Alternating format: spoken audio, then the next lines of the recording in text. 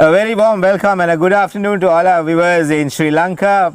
For our friends and viewers in Europe, good morning.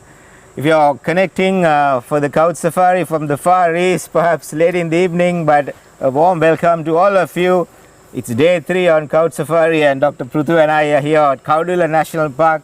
We are continuing with the elephant country and the weather looks good today. It's quite sunny with a little drizzle just on a passing cloud. So we just kind of get this feeling that today is going to be exciting.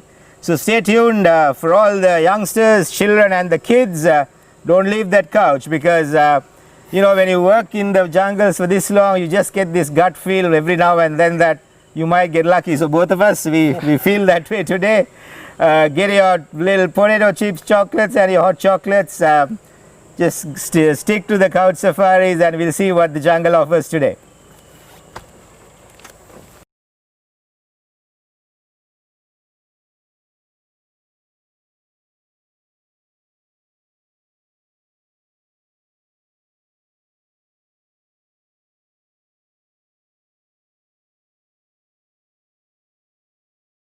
Tree. Oh yeah, yeah.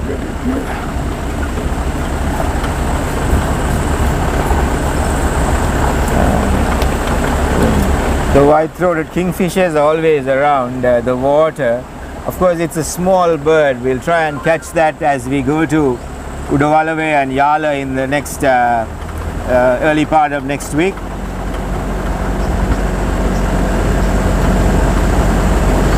You see the cormorants and the darters in flight.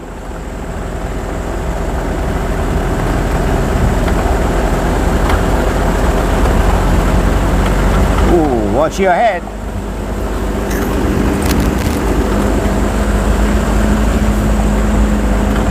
So here we have a row of kumbuk trees. Kumbuk, yeah, beautiful. Which is a water-loving tree, and it's one of the most beautiful trees, I think. Yeah. I mean, they just grow up to enormous heights, doesn't it? Just hugging the riverbanks. It's a huge tree, and it does very well where it gets flooded. Yes. Yeah. Terminalia Arjuna. Terminalia Arjuna. It's Yeah. a scientific name for the kumbuk tree. It's such an artistic tree. It's almost like there is this tree in the Africas they call the ghost tree. It's almost completely in white. I wouldn't call that this is any scary like that, but it's just got this white pigmentation on the bark of it. It kind of branches out very artistically and absolutely artistic tree. A lot of people use it once harvested in sustainable way for timber, but I don't think it is allowed anymore in the island. I'm not sure that it's a purple face. Oh, that'll be interesting. Henna. Wait. Udah mai kena kena. Tahu pasal apa kan? Gaya ni hata kan? Tahu kan Piman? Huh? Ini dah balan. Pasal tahu. Oh, it is purple face. There you go. Ah yeah, there you are.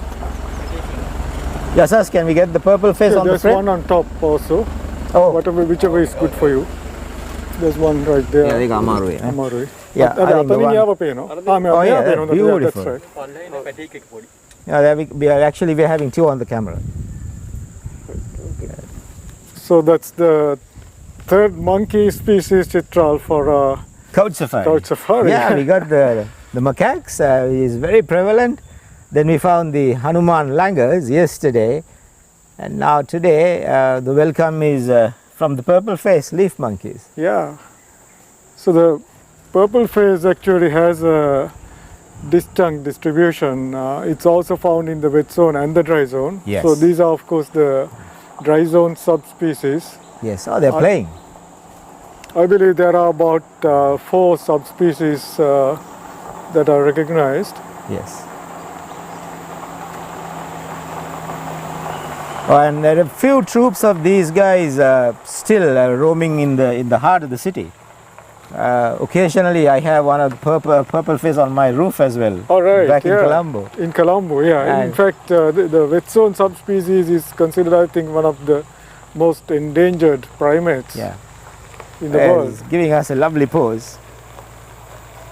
They're quite big monkeys, and when they run on the roofs, it worries a lot of our city friends whether they'll break the tiles on their roofs. But Right. even at the expense of a few tiles broken, I don't mind having them around.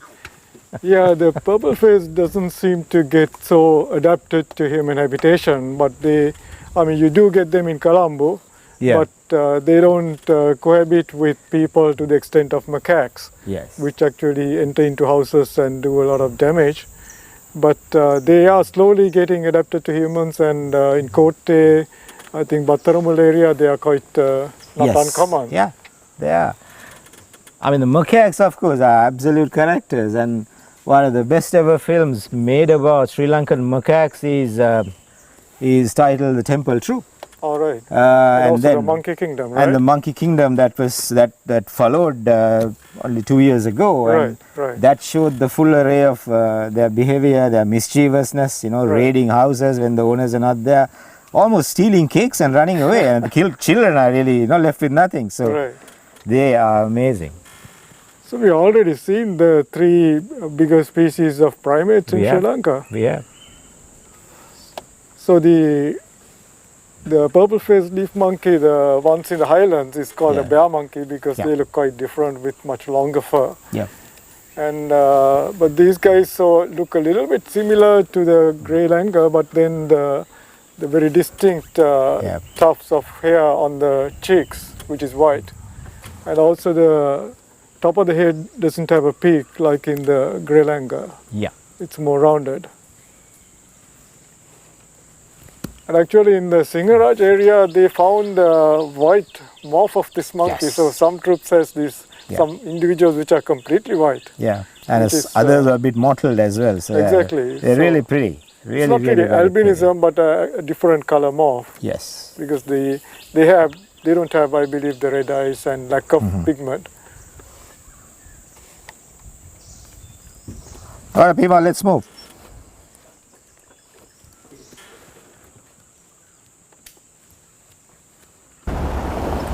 This tree, we really have to talk about. Perhaps we'll talk about it in Uduvalave, but Okay. the myla tree, it's just such a pretty tree, and I want you to kind of elaborate on this very pretty tree, Doctor. It's very much a Yeah, dry I zone mean, plant. myla is a very interesting tree, and it has a close association with elephants, and it is in fact dispersed by elephants. Yeah. So yeah, let's talk about it a little bit later.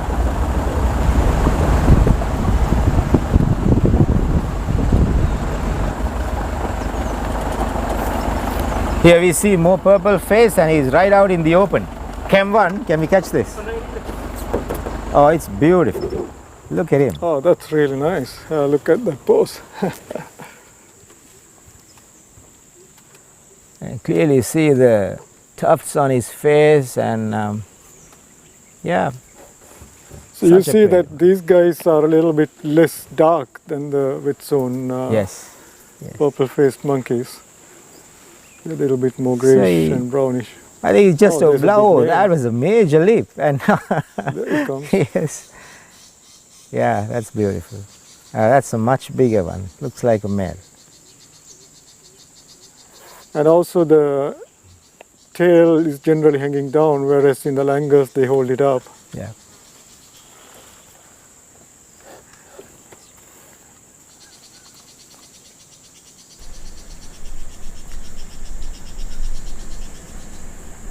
So now they've disappeared, just like most monkeys do.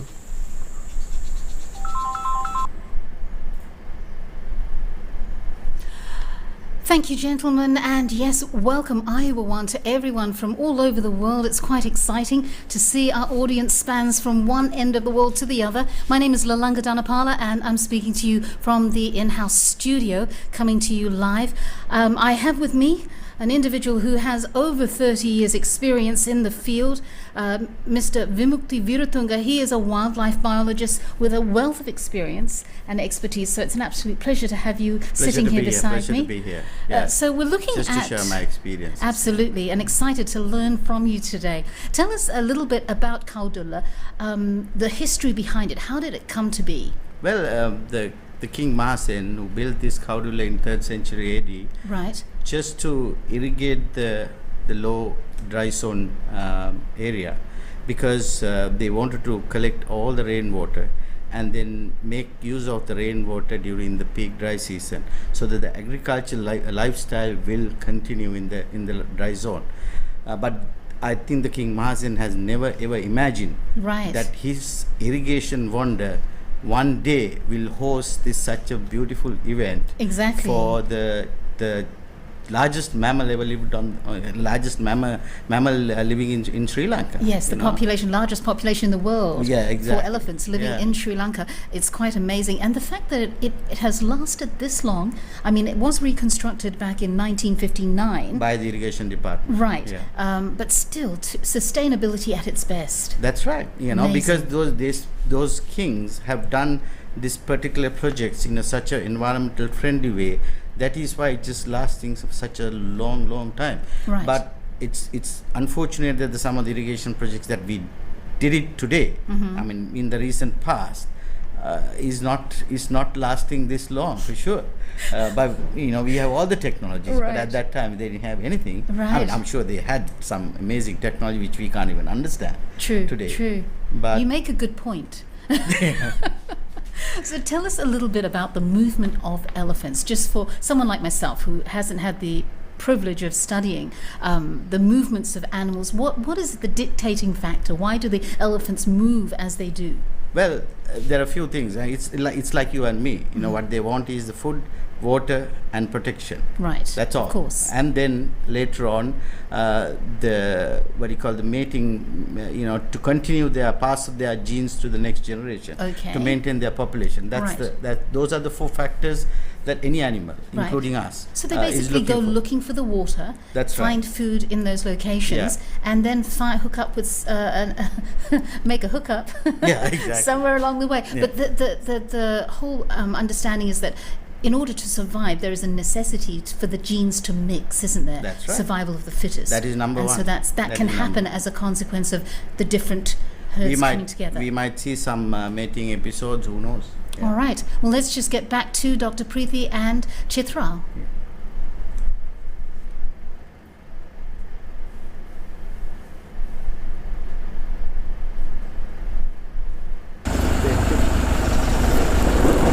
There seems to be a lot of activity by the elephants in this area, Doc. You can see many droppings. Yeah, so we see a lot of droppings along the road. Yeah. So because elephants like to walk on roadways and paths, Yeah. for one thing, there is no encumbrance, they can freely walk. And also on the roadside you get a lot of vegetation, that because of the open area there's a lot of light. So there's a lot of vegetation that grows that is elephant food. So because of these reasons, and so you see these dung piles. So an elephant actually defecates about 17 times a day. That's a lot. And that is actually used to try to find out how many elephants there are. Okay. Because if you walk along a line and count the number of dung piles, Yeah. then you know that an elephant defecates 17 times a day. And then you have to figure out how long it takes for a dung pile to disappear.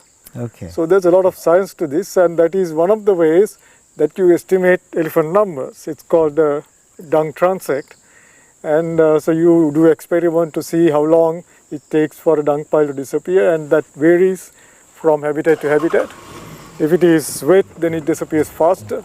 If it is dry, then it takes longer. So it might take up to even 3 months in some areas for a dung pile to disappear. So even the dung beetles really dwell on this, because I've seen in some areas. Absolutely. So there are a lot of dung beetles actually are very interesting. Yeah. So that's there are in dung beetles. It's a very large group of animals.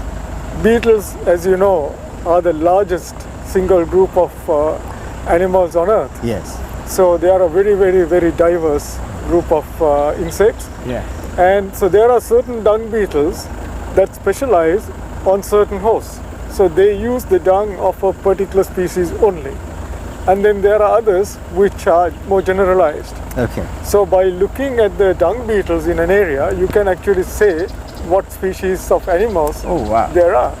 That's a lot of information for the kids who are watching. The science of poo. So yeah, there's so much a scientist can say just by looking at the animal droppings. And as Dr. Pruthu said, just by finding out which dung beetle is in the area, they could even cross-reference the type of other species who are living along with that animal. So that just shows children, everything in this world, in the wilds, are interconnected.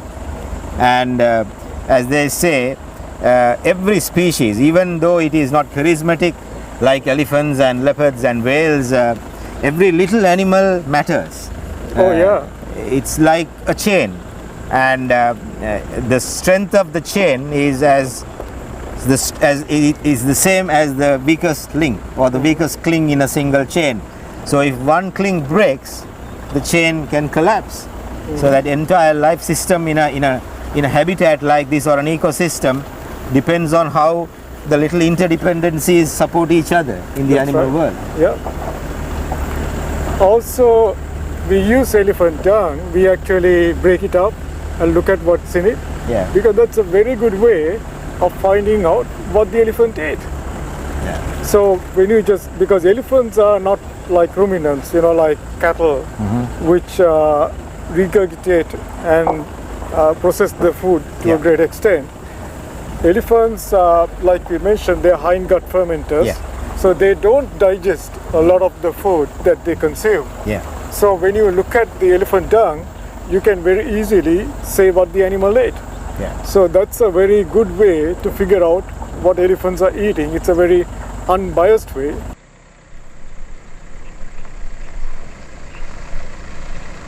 So just talking a little bit more about identifying what the elephants eat, how does that happen? How do they distinguish between one plant and the other once it's been through the digestive system? Yeah, it's very interesting in the science. Even what we eat also, if you digest, if you analyze our dung samples, you can actually, there are cells of the leaves in the elephant dung. So if you really want to identify what plants, exactly what they have eaten, you can actually do a lab analysis and identify these plants. You can have the reference plant cells, because especially in the elephant dung, most of the plant parts are not 100% digested. Right. That's the physiology of elephant. That is why they have to consume so much of kilograms of food, 150 sure. kilograms food a day, because it doesn't do the 100% digestion. I see. So then most of the things that go out to the environment again remain, just recycling thing. Right. And so elephant has a habit of eating. They prefer grass versus broadleaves. Okay. So right. that is why they come to this beautiful open grassland, which you can see now. Yes. And they prefer these grasses because maybe it's like much much tastier, Right. sweeter. Maybe nutrition, different nutrients are there. Maybe so easier to digest. even. Exactly. Yeah. So especially for the young ones, the little calves, they can easily digest these things. Right. So maybe that is why they're coming here to Right. the open theatre to eat this lush grass. Yeah. Okay. Well, that's very interesting, isn't it? Yeah, it How is. selective they are. Yeah, they're That's- very selective. And they Mother. Rolling. Now here we see a classic bit of elephant behavior left behind. For the benefit of all our viewers, now this is a madang tree, and you get these little patches that has been almost like rubbed on. Doc, can we explain what that behavior is? Yeah, Chitra, so what happens is elephants love to rub their backs on trees like this. Yeah. So it's kind of a scratching post, as it were. Yes. And you can see sometimes that they are almost polished. Yes. Same thing Yeah. with termite mounds. Yes. They will rub their backs, rub their sides, rub their legs on them. Yeah. And they seem to have particular trees. Perhaps they are formed or positioned in such a manner that they Yeah, can get yeah. to the real correct spot that is a Absolutely. bit scratchy. Yeah. Yeah. So yeah, they seem to love certain trees and termite mounds, and they get with continued use through the ages. Yeah. They get almost completely polished. At various heights, depending on the size of the Size elephant. of the elephant. So, in other words, that's the jumbo spa. Yeah. I mean, That's right. and it's all over the jungle. They are free to Right. pick which one suits them better. Right. Perhaps they Yes. tell each other, aha, now there is a very good spot where you can really get a good scratch. And you can see the polishness even more profoundly on palu trees, That's right. which we that's will right. see when we go to Yala, because the grain of the tree is so Right. prominent. Right. And when the polish comes, it's almost like a brand new car coming from a paint job. Yeah, it's really good stuff. So for all the ladies in the cities who are going for the expensive spas, the jumbos find something totally inexpensive but perhaps even more effective right here in the jungle. And also, Chitra, you could think of it as a use of a tool, because Yes. there's a certain place that the elephant Yes. cannot get to. Yes. So it's figured out that this, by rubbing on this, Yes. then it can, scratch that area. Yeah, that's intelligence. Intelligence. And also, some elephants actually use tools. They break out a branch Yeah. and strip it and use it to scratch themselves. Yes. So elephants are one of the very few animals which actually make and use tools in this way.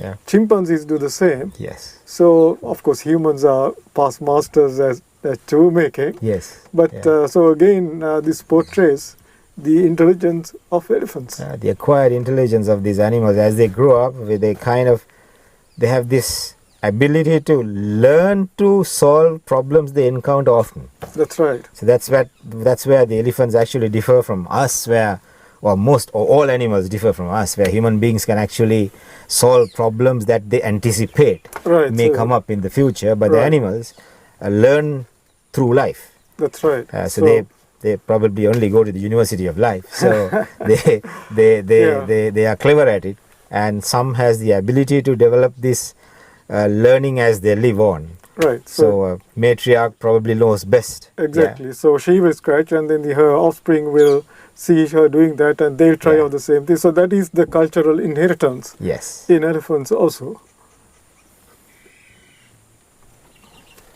Okay, guys, let's go. Thanks, guys. That was. Well, while they're on their way to the next location, those are some beautiful Monkeys, yeah. monkeys. This is called grey langurs. Again, one of the commonest monkeys in the dry part of Sri Lanka. Mhm. Look at that, there's with the baby, one with the baby, jumping around. Yeah. Very cute. Very cute. So you were saying it's a bit like a spa, the way the elephants rub against the trees. Yeah. And about the senses, you were just sharing something which I found quite interesting. Yeah, when the elephants are in that area, they found the same tree and go and rub on the same tree. Right. So there are chemical cues and things like that maybe on the tree when they are rubbing it. And so that is how the elephant so that the tree get really polished up. Otherwise, Right. one time rubbing is not going to. So they return polish back it. to that same yes, tree? exactly. Maybe other Wow. animals also get something. Okay, this is the tree that we should go. It's like we are going to the same, spa Same that we- restaurant. same restaurant. Word of mouth. It's Exactly. word of brush. Yeah, Okay. yeah. Wow, that's very interesting. Yeah. That's very social animals. That's how Yeah. they communicate. We actually don't know. We are not that advanced to understand their communication. That is even though we think that we have all the science and tools and technologies. Sure. But still, the secretive languages we can't decode it. So That's many how- lessons to be learned from the wild, yeah. isn't That it? is why we have been trekking in the jungles for last so many years. trying our best to catch up. Still we can't. Absolutely, absolutely. So we were talking about the monsoons, which are just around the corner, aren't they? Yes, that's right. Explain a little It's bit. a little about bit that. late actually. Okay. Usually in the dry zone of Sri Lanka, northwestern winds will bring the monsoon rains to Sri Lanka. Okay. So the monsoon rains are really the lifeline of dry zone agriculture, dry zone people, and also the rest of the Sri Lanka. Right. You know, and that's how the agriculture cycle is also connected to. Right. And 3 months you get the heavy rains from the mid-October to mid-January, October, yeah. So and that's it. And then you get inter-monsoon rains in the April. That's a very light rains, but that 3 months you need to have that crucial. rain. That's very crucial. Right. And this year actually the rain is little late. Otherwise we wouldn't see these animals. So once you get the monsoon, of course the elephant movement totally change. Right. They go to the different areas for feeding and things like that. Okay. So we don't see these kind of gatherings, these kind of small herds in Kaudulla area during the monsoon. And also the water level goes up. So Right. then you don't see the lush grasses when the water when the tank get filled up. Right. This green area you wouldn't see anything. It's Oh, all right. but water, Really? and that's for the human side. And then once the dry season comes to the dry part of Sri Lanka, and then that's the animals come to the scene. So it's very unusual. Fascinating. It's a fascinating thing how Fascinating. the same land has been using by human and by elephants in two different seasons. Beautiful. Yeah, for totally different reasons. Yeah. And how do they know which direction to go?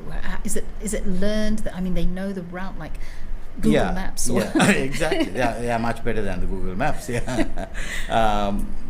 The thing is, they have the natural cues. Some people think that they are looking at the stars. They can sense the air. Really? They know the natural. They are sort of just sort of map in their head, and then somehow that map is just passed to the next generation through the Interesting. learning behavior. Right. And then every small water hole that they know that this water hole is not dry, this water hole will be there in this kind of drought season. It's amazing, and then Amazing how indeed, they come yeah. to the same place over and over again. And the best part is now the new GPS technology which we have in our hand gives us more information, more insight of their actual movement. It's amazing how they use the same area over and Right. over again.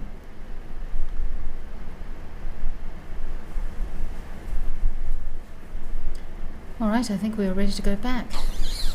Yep. Back So here we see the myla tree, Doc, and we promised our viewers that we will explain this something about this very pretty tree Right. in the dry zone. So myla is also a food tree for elephants. So they feed mostly on the pods. Yep. And again, just like the birds defecating and dispersing the fig, the defecation of the elephants disperses the myla seeds. So that is one of the main ways of that this tree is dispersed. But also they strip the tree of the bark. Okay. So they break the branches, they break the trunk and strip the tree of the bark. And so two things. One is that wherever there are elephants, you will see myla trees like this. There are multiple trunks. Yeah. Because the tree has also adapted to being broken by elephants. It doesn't die. Yes. It puts up another branch. So there are multiple trunks All right. in myla trees where there are elephants. Where there are no elephants, it's like a normal tree with a single trunk. All right. And also the myla, they eat actually the area between the wood and the bark. It's the cambium really. Yeah. And so they strip it and eat the strips of the cambium. Yes. And that doesn't really get digested much. And that when they eat such strips of bark, it gets convoluted and the whole dung pile comes out as one single huge bolus. Same thing happens when they eat on the banana stems. Again, doesn't get digested much, so the whole entire thing comes out as one huge bolus, like 4-5 boli together as one long thing that is all entangled.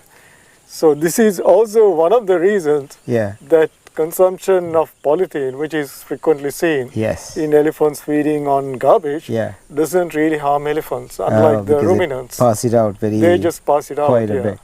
You know, you just actually gave me a bit of a heartache now because since I was a child, I loved the myla tree so much. And about a year back, I found a tiny myla tree in a forested dry zone area. I very carefully took it and I'm nurturing it at home. That's the only tree I plant and water at home because the rest of it is looked after by my wife. And finally, I took it all the way because of the branching. And now I have a myla tree without elephants in Colombo. So this is not going to branch. Well, you'll have to act the elephant. Oh dear. Okay. Okay guys, let's go look for some elephants.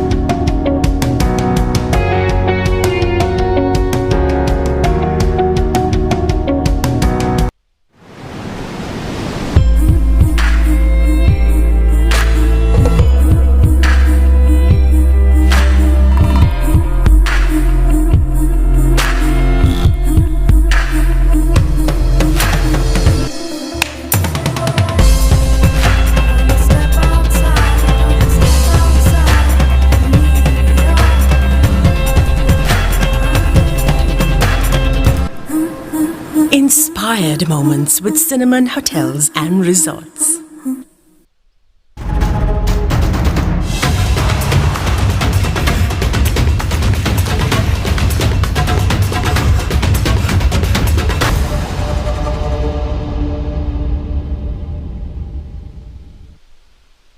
In kites on this very picturesque tree. The tree is lost most of its leaves, so it's almost standing like a silhouette, and you get the two beautiful birds.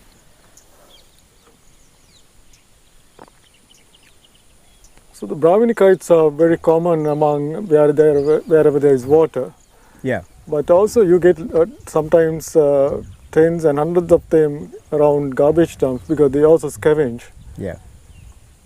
Some of them actually get used to feeding on the fish thrown away by fishermen. They are also fairly adaptable birds. You see, I've seen many numbers of them near fisheries harbors and That's right. even in the Colombo port. Right. Because right. as you said, I believe they're picking up the fish and little bits and pieces thrown around. Right. Very, very pretty birds, aren't they? This looks like a palu tree, right? Yeah, it's a palu tree. Again, one of the prominent trees in the dry zone of Sri Lanka. Yeah. One of the emergents actually in the forest. And they grow fairly slowly. And in certain areas, there's also issue of the palu trees dying like in Bundala. Yeah. And it's not clear why that's happening. But I'm glad to see that here most of the palu trees look very healthy. And that bark, it's such a lovely grain. Leopards find these trees almost like their resting places in Kaudulla National Park. They just love to, I think with their powerful feet and their nails, with this kind of a surface, they must be just going up this like they probably get very good purchase with their claws on this the rough bark. So leopards do climb these trees to rest. They climb to kind of survey their territory and also take their prey, their kills up the palu trees in Yala. So let's look for those opportunities in the next week as we and also the palu fruit is loved by the bears, right? well, loved by even us to some extent during the season. It's such a pretty and a yummy fruit. Yeah, yeah. So for the children who are watching the couch safari, you can't actually pluck and take away anything from national parks, but if you're in the dry zone, I'm sure there are a couple of palu trees blossoming in the May-June time during the season around your hotels. So why not pluck some of these berries, wild berries, and taste them, because it's an experience. It is, certainly. It's a nice little fruit, a yellow-colored, orange-colored fruit. Yeah. And bears, they just love those palu berries like kids love candy, The palu is in fruit, they climb a tree and you can't bring the bears down after that. I think they eat so much they get almost intoxicated. Absolutely. And they can't fall asleep. They have gone a bit cuckoo with all that fermenting in their stomachs. So, yeah, it's almost like how the elephants act after overeating amarula in South Africa, I believe. Well, actually, one of the elephants in Galgamua, quite a famous guy, the single tusker Chandi, these days he's supposed to be drinking illicit liquor. He's taking the illicit liquor cans and guzzling it up apparently. Must be a jumbo-sized party there. Okay guys, let's go on.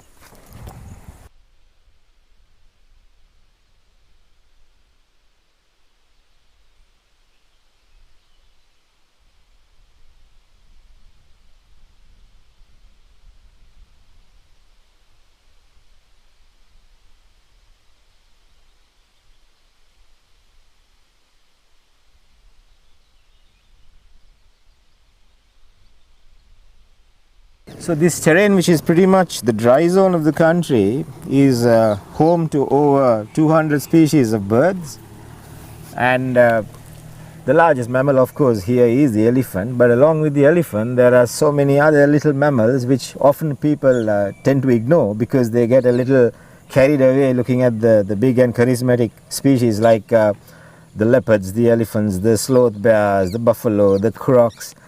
But that's something we must promote as a country, Doctor, and also especially for the children. They must learn to appreciate the smaller ones, because I think it's very interesting. Especially things like the mongooses. Yes. We have the grey mongoose, the brown mongoose, the ruddy mongoose, and the king mongoose, or striped neck mongoose. So we have four species of mongoose. And then we have the civets. Of course, civets it's harder to see because they are mostly nocturnal.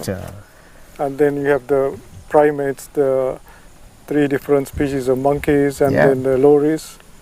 Then we have various types of deer. You get the spotted deer, of course you get the sambar, then you have the mouse deer, the barking deer. That's right. So, in a small country, we pack quite a punch in terms of species. Oh yeah. And you probably get pangolins out here too. Oh, definitely. It's just that such a difficult animal to see. You hardly see them. So the pangolin is for the children who are watching a slightly larger version of like an armadillo. It's a fully armored animal. It's called a scaly anteater because it has fairly large scales. Yeah. And very unfortunately for the pangolin, it's considered the most hunted poached animal today because it's used for the scales are used for traditional Chinese medicine. But otherwise, it's such a beautiful animal. It's so difficult to see the pangolin. I've walked in the wilds of Sri Lanka for now almost 40 years, but I've only seen them about 6 times in the wild. Right. So, very difficult to see. You'll be even luckier if you see it in a place where you can photograph it. But coming back to Kaudulla, you can see the terrain here as with the drone would be seeing it like an eagle's eye. We are now in the receding tank bed. The water has receded much. The recent bit of rain is making the grass even greener. The shrub jungle is around. Little bits and pieces of granite rock, aren't they? Not much as prominent as in Udawalawa and Yala. Yeah, Yala you get those Inselbergs with huge granite mounds. But here I guess that's not a feature. But you do get these little rolling hills, which makes it possible for them to have made these tanks, because what they do when they build a tank is or a reservoir is that you dam a river or Yeah. a stream. So the best place to do that, the easiest place to do that is where it goes between two little hills. Yeah. Then you just have to build a barrier across that. Yes.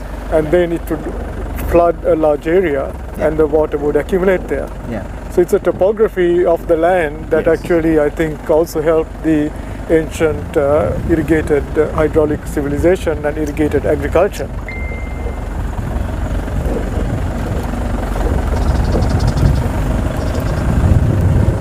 So actually all these at some point in the past would have been entirely covered in forest. Yes. And it is only because of this flooding Yeah. that it has got converted now to this lush grassland. Yes. I can see a couple of elephants playing in the water. So as we drive towards them, we like to kind of showcase the terrain from a bird's eye view, which I'm sure the drone is catching at 100 meters up in the sky. It's quite an amazingly diverse terrain in terms of beauty. The flat tank bed hosts the grass, then you have the shrub around it, and the mountainous backdrops is what adds that three-dimensional look for the picture. So for photographers, if you want to catch elephants in excellent light, almost 4 to 5 months of the year, this mix of the terrain adds so much of character to your pictures. So this is like almost like an invitation to all the keen elephant photographers. You must make it a point to visit Minneria Kaudulla in Sri Lanka to catch those amazing herd shots of elephants in this very picturesque terrain. Now I can see an Indian roller flying across, very pretty bird, and it's gone up to that branch, and I think it's got probably a nest site there. Yeah, Jungle fowl. couple of jungle fowl, running away. They're very excited. I think the camera missed that, but we'll surely catch jungle fowl when we go to Uduvalave and Yala. Oh, it's out. Yes, sir. There's another one. Yeah, maybe beyond the bush we might see them again. So the Yeah. jungle fowl actually is the national bird in the country. So Sri Lanka's national bird is the jungle fowl. It's a very, very pretty chicken. Yeah, as they Yeah, say. it is. I mean, all the domestic chicken are believed to have been derived from the red Indian jungle fowl, Yeah, which has a much wider distribution. yeah, But sometimes you have the Sri Lankan jungle fowl, which is endemic to Sri Lanka, yes. crossbreeding with the domestic chickens. Yeah, those two are in a hurry. But we make it a point to catch a few of them out in the open when we go to the terrain of Yala.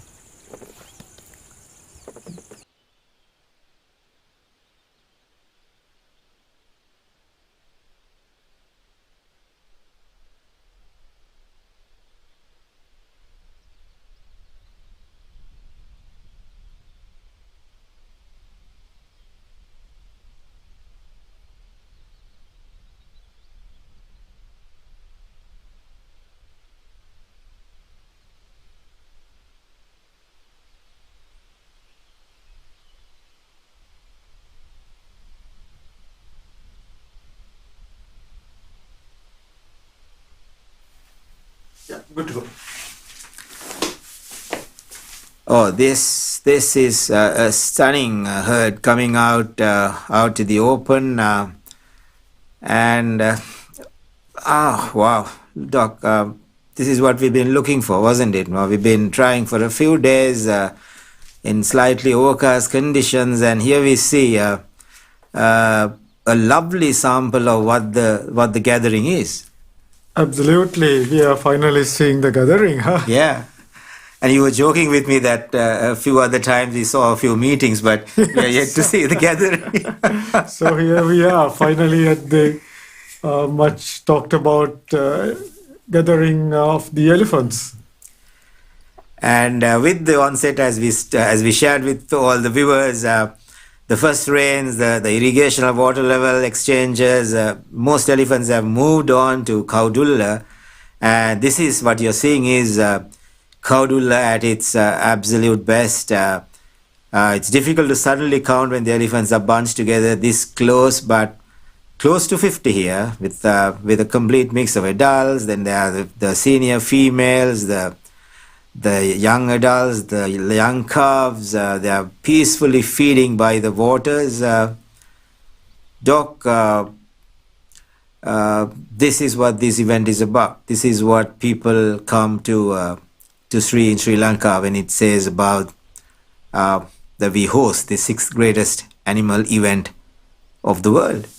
Absolutely, Chitra. So here we are seeing a pretty large group of elephants. So that may or may not be consisting of a number of family groups, perhaps a number of related family groups. This is what is really interesting about it. So these are things that we really don't know about these animals yet. Now, out of these elephants, I know, Doc, your research has already identified close to what, 350 or somewhat on or around that much individuals? Yes, Chitra. So we have identified about 160 adult females and about 110 adult males, and then number of young ones also. So it totals up to about 350 or a little bit more even, and the numbers keep adding up. But the interesting thing is we still find new groups entirely. Yeah. And so we would need to take the pictures of these groups and then match it with the database and figure out whether this is a known group. The interesting thing is that a lot of the times what we find is that we might have some known animals that were spotted in another group in this group here, but not all the animals are the same. Very interesting. So they have a very, very dynamic and fluid social system here. So this is something that is not recognized before, and this is something we are still trying to understand. Are we seeing a bull elephant there? That's right. The taller guy, what we can see is a bull. So males also come and associate with some of the groups. Yeah. Again, we don't know whether the bulls that come and stay like this with the herd for a while, whether they actually originate from these herds and they're sort of visiting their natal herd, or whether they are actually visiting an unrelated herd. Well, what are we seeing here? We're seeing the fishermen on the Kaudulla Lake. I know fishing is allowed. It's one of the few national parks where fishing is allowed, and they're so close to the herd, isn't it?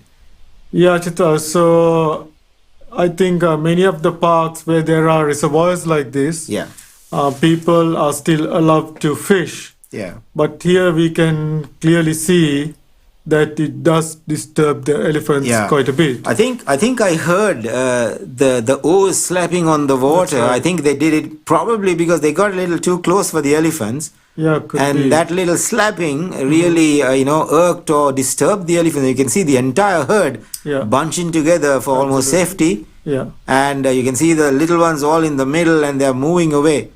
Oh shoot, did we actually miss this event?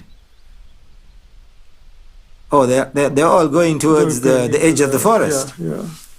So that clearly shows how scared elephants are of people. Yeah. It's kind of, in a way, it's sad. Yes. These elephants obviously were not bothered at all by us sitting there just in front of them. Yes. Because they have figured out that tourists are not a threat to them. Yes. But when they see a boat, or for example, if someone got out and they saw someone on foot, I'm pretty sure they will run, because for one thing, that's not something they are used to in this setup. Yes. And also many of these herds chital actually go out of the park. Yes, And there they have bad experiences With with people. other people.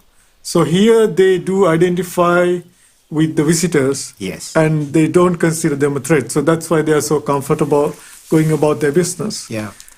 I think we're getting a bit lucky here again, Doc, because they are coming out. Yeah, they're with that coming little out. disturbance, they ran into the edge of the Right. forest where the shrub is, and they're coming back. Are they now coming back to continue feeding?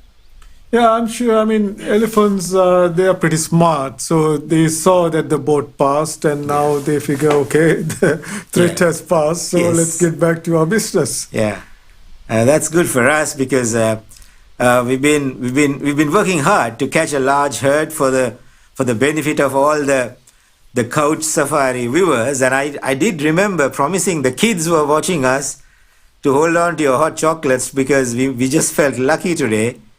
And if that boat was to make us lose it within 3 minutes, that would have been sad. So the elephants are out, and hopefully they'll be with us for a much longer period, feeding, and maybe even they'll get into the water. Yeah, they're still a little bit apprehensive and still looking around. But it looks, I mean, one or two will have already started feeding, so they will now calm down and get back to life as usual. But yeah, I mean, a little thing like that can spook an entire elephant herd.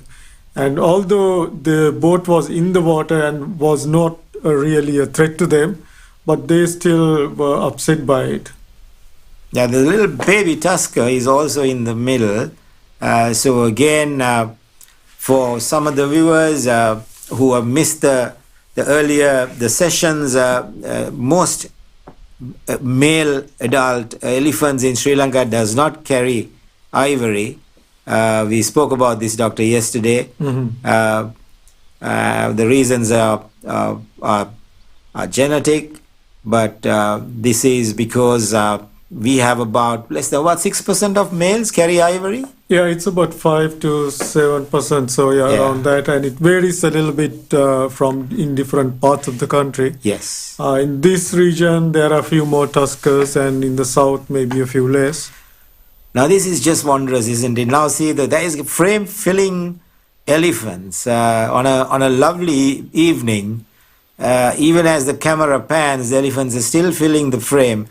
And imagine if you're here long before the rains on a like a 3 to 4 month, or even sometimes some years a 4.5, 5 month window, and just imagine you have 10 times this many elephants on the plains of Minneri and Kaudulla. So that's the real impact of the gathering.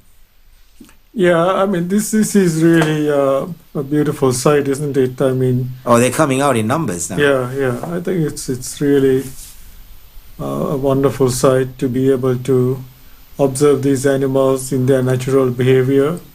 And this is one of the few places on earth where you can actually see these Asian elephants being wild Asian elephants. Yeah. There are only 13 countries in the world that have Asian elephants in the wild. Yeah. And in many of these countries, you just cannot see. We have colleagues who work in countries like Cambodia. They have worked for years on elephants, but they've never seen an elephant with their own eyes, only on camera traps. Oh, how strange is that? And here we're almost spoiled with events like this. And also, be that as it may, we are just about from where we are, we have about 20 minutes, 25 minutes to the exit of the park, and another 25 minutes to our hotel.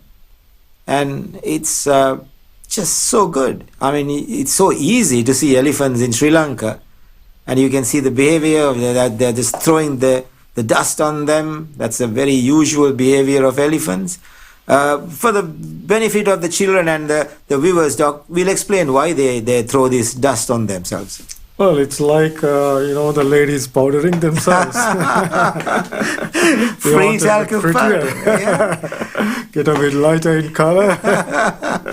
Perhaps smell better as well, I think. Uh-huh. Yeah. Well, the dust probably helps protect their skin, Yes. and also from insects and Yes. things like that. Yes. So that is surely for protection. Maybe it also helps during the day if they throw some mud on them to kind of insulate from the heat. Absolutely, and especially if they put the mud, then when the water evaporates, Yeah. it will cool them down, because the bigger your body, the relatively less surface area you have. Okay. So cooling is a big problem for big animals. So since these animals are in a pretty hot, comparatively hot environment, Yeah. that is a big issue for them. And elephants, like we mentioned, don't sweat like us. They don't have sweat glands. So their way of cooling is through their ears that act as radiators, which radiate the heat to the environment. And that's why they keep flapping the ears. So if there's high wind, they probably will just hold the ears out. Yeah. But if there's no wind, they create air currents by flapping the ears, which helps cool their bodies. Well, I hope the viewers are almost feeling that they are with us on safari here, because the elephants have got awfully close to the jeep. We are just static, we're watching, and they are walking towards us. And we'll just stay put for a while. If they get too close, we'll kind of back off and leave a bit of distance between us and them. But this is such an immersive experience, and this is exactly what we wanted to share with all our viewers as a couch safari. Just imagine this. If you're excited back at home at the comfort of your couch, imagine our feeling. We are just, 50 feet from 50 elephants, the largest animal or on land, and they are so relaxed, and so are we. Yes, so these some of these elephants, of course, like you mentioned, this really is the gathering. But like you mentioned a couple of months ago, you would even see 3 or 4 times Yes. this number of animals together. So together with the wildlife department, we have put GPS satellite collars on a number of these animals here. And what we found is that they move from Min area to Kaudulla. Some of them go down through Giritale to Angang Matilla, Parakram Samudra area. Yeah. Others go up to Eco Park, and some of them cross the Anuradhapura Road and then go down to Digampatana and Inamalu, that area. Yeah. Others go down to Sigiriya. So they actually range over a fairly large area. Yeah. And they congregate onto these 2 plains during this season. Exactly, because of this lush grass that grows there. Yeah. For the benefit of the foreign viewers, those locations Dr. Pruthu explained was about 6 to 7 locations adjacent to Minneri and Kaudulla, and these herds will break up sometimes into smaller units and go back to these areas with the onset of the heavy rains, and disperses the gathering, and it forms and appears again as an event mid next year. So that is the magic. That is truly the magic of the great elephant gathering of Asia. And we as a team here are so happy and excited today that we've actually brought you a good sample of this amazing event. Absolutely spectacular. Oh my goodness. They're chasing. Okay, so what is happening right now? This is actually very exciting. This is. I think they're going to mate. Now the wow. male bull elephant has taken one female out of the herd, and I'm 100% positive. Wait and see. Yes, he's about to mount. Look at this. Oh my goodness! Look at the lighting. Wow. Oh, very successful mating, I guess. We'll talk about that. Yeah, just I mean, look at it. Yeah, guess she it's didn't- very rare. It's very rare to see mating in Kaudulla. I mean, you see once in a while, but to film them in it's not that easy. It's not that common. Can you imagine how strong his hind legs must Exactly. be to be able to stand up like that? Incredible. So how does he choose which animal he's going to mate with? How does that happen? Like, Well, it's all chemical cues. Right. When female elephants become ready to mate, it's called estrus period, and then it's urine. Her urine has special chemical signals that Right. carries all around the environment. And the males that are looking for A mate. mate, Yeah. and they get this signal, Right. and they come like a magnet to the same direction. Right. Yeah. And then once the biggest male that comes and take the advantage of this situation, takes the female elephant Aside. out of the herd. Chased her away, literally. Yes, that's right. You saw that. That's the Yeah. pursuit. Because you don't want to mate in the with all the For other everyone to females see. around. Yeah, No, that's right. no public But we have displays seen- of affection. But we have seen Right. it. We have filmed it also. Fantastic. And Yeah. just to be clear now, these beautiful aerial views that we're seeing, the drones, they are way up, aren't they? They are not disturbing No, the not at natural all. habitat Not in at any all. way, are We they? in fact got a special permission. They usually don't allow any public to fly drones Excellent. or neither helicopters Right, about this right. area. Because any But lower and it would disturb the animals Definitely, and definitely. cause Yeah, problems, Yeah. create commotion, I'm sure. Well, it's been really interesting. I've asked so many questions, but we do invite all of our viewers to please just text us some questions. If there's anything you're curious about, then please do text us and we'll pick up those questions for you. We have a few here. I want to, on behalf of RUSL Explorer, he's definitely a bird man. He wants to know, is there any best season to do bird watching? And also, could you talk about the prominent birds that can be seen in this park? Yeah, so the birders, it's a year-round experience in Kaudulla National Park.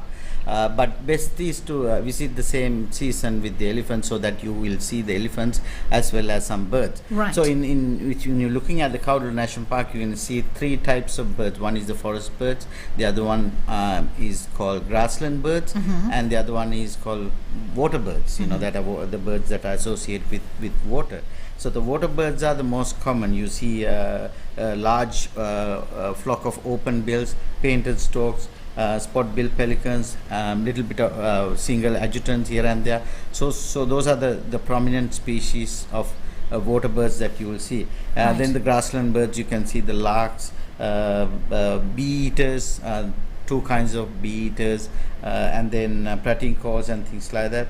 And then the forest birds, the jungle fowls, the cuckoos, the hornbills, and so there are about 150 plus bird species Really? that you will see in Wow. this forest. Okay. The one thing that I wanted to emphasize, that the bird watching is not just one day thing. So Uh-huh. you spend a little bit of time for bird watching. Right. Okay. Well, we'd have more questions, but please do ask. And also, if you could ask in English, because we'd love to be able to answer your questions. Unfortunately, we're a little limited on multi-languages here, so English would be preferable. I see a few in German, I think it is, so please do repeat your questions and we can answer those for you. All right, well, I think it's time to head back into the field.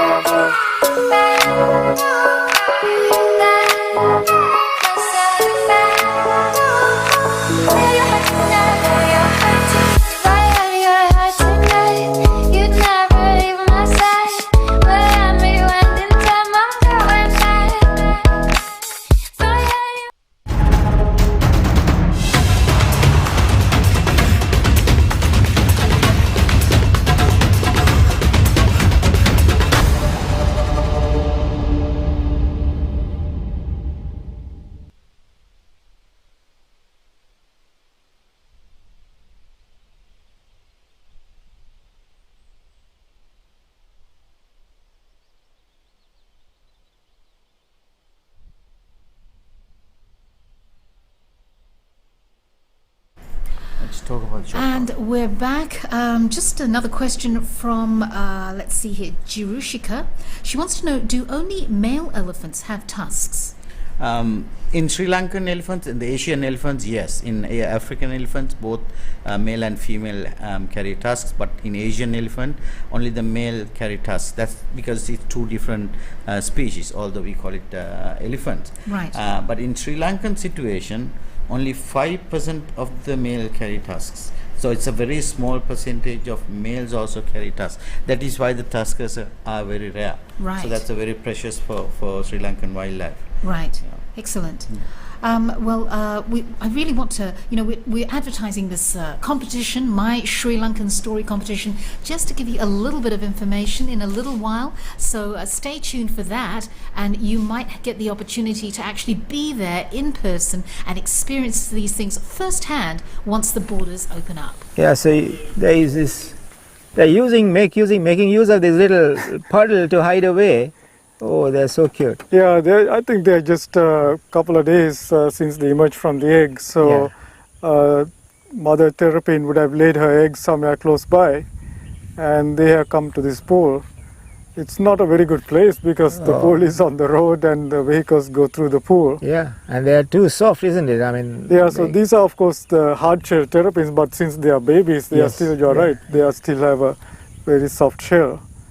Oh dear. We have the hard-shell terrapin and the soft-shell terrapin in Sri Lanka, and I believe the hard-shell terrapin is now divided into two species in Sri Lanka. Oh, we can only hope they'll survive. Yeah, they're very cute, the little babies. Yep.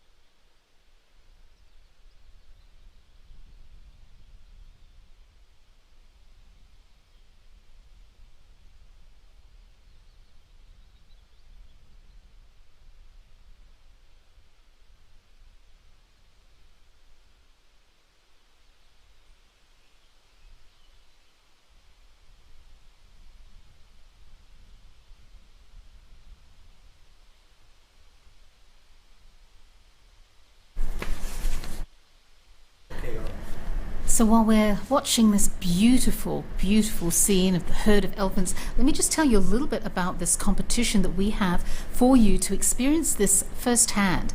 Basically, it's as simple as posting a picture of your personal experience somewhere, anywhere in amongst the wildlife, and share a story about that experience. And you need to make the post public.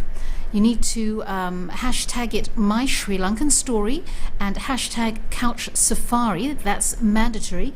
And then you want to email a screenshot of that post to wildlifestreaming@srilanka.travel with the subject My Sri Lankan Holiday. Now it's open right now, and you will be able to submit your entries until the 13th of November.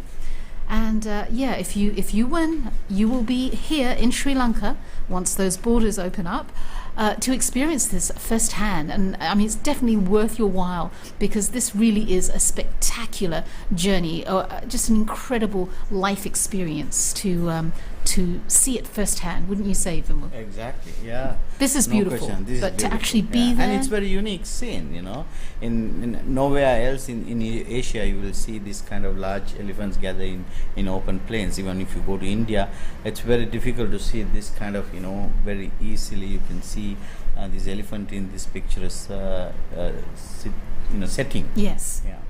I mean, we were out in the field earlier, and the elephants were right by the jeeps. That's right. Yeah. And they almost they were like statues. Yeah. It looked as though they were posing for the photos. That's right. And then they just sort of shuffled off. Yeah. Just amazing, absolutely amazing. We have more questions as well, so please keep those questions coming in.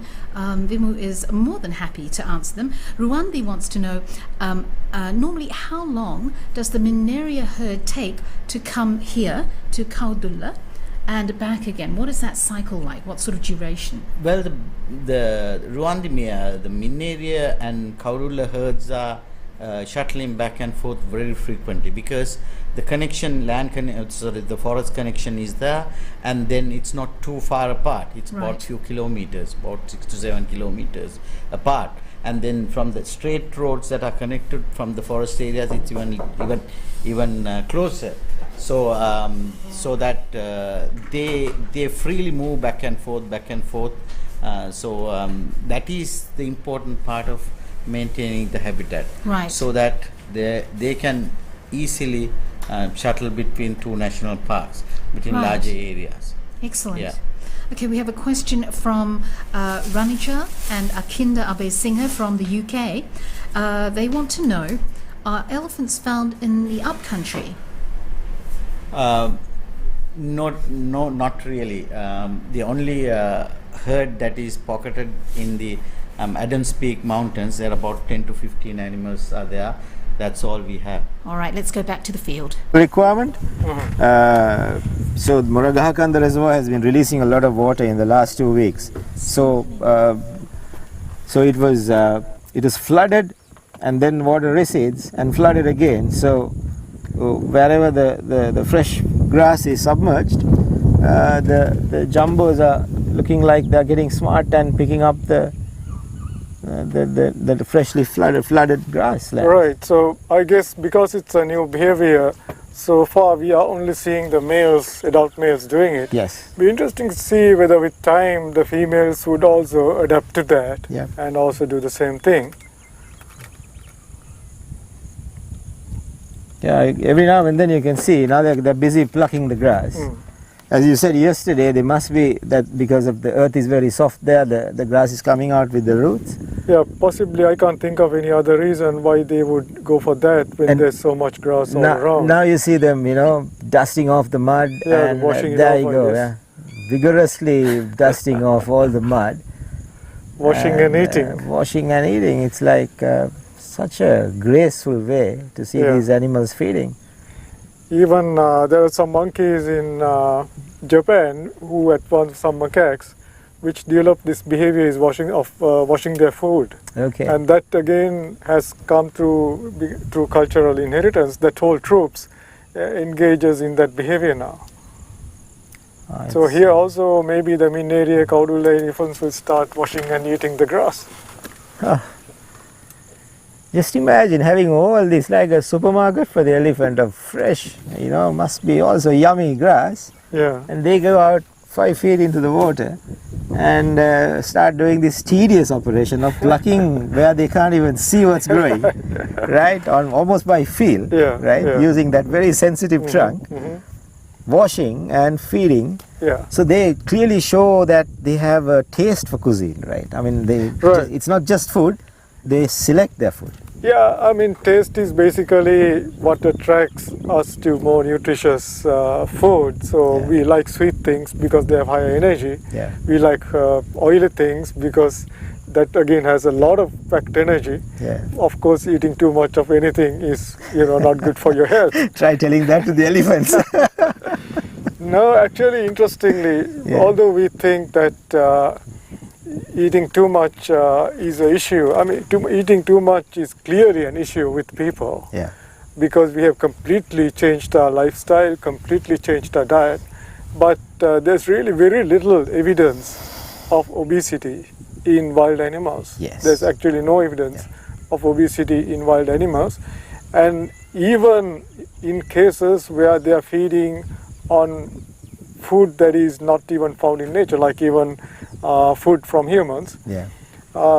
animals in the wild, because they still retain their behavior, their normal behavior, don't seem to be that much affected by this. So in addition to changing eating habits, Yes. a big part of the problem is that we have also completely changed our behavior and have become couch potatoes. Kids who are watching Couch Safari, you heard the advice by the good doctor. Never become couch potatoes. You can't do the Couch Safari. Exactly, only for the couch safari. So we'll tell the parents to let you eat a little bit of, tidbits for the next 7 days. Thereafter, get on the field, do your exercises and make sure you eat good food, just like the elephants here.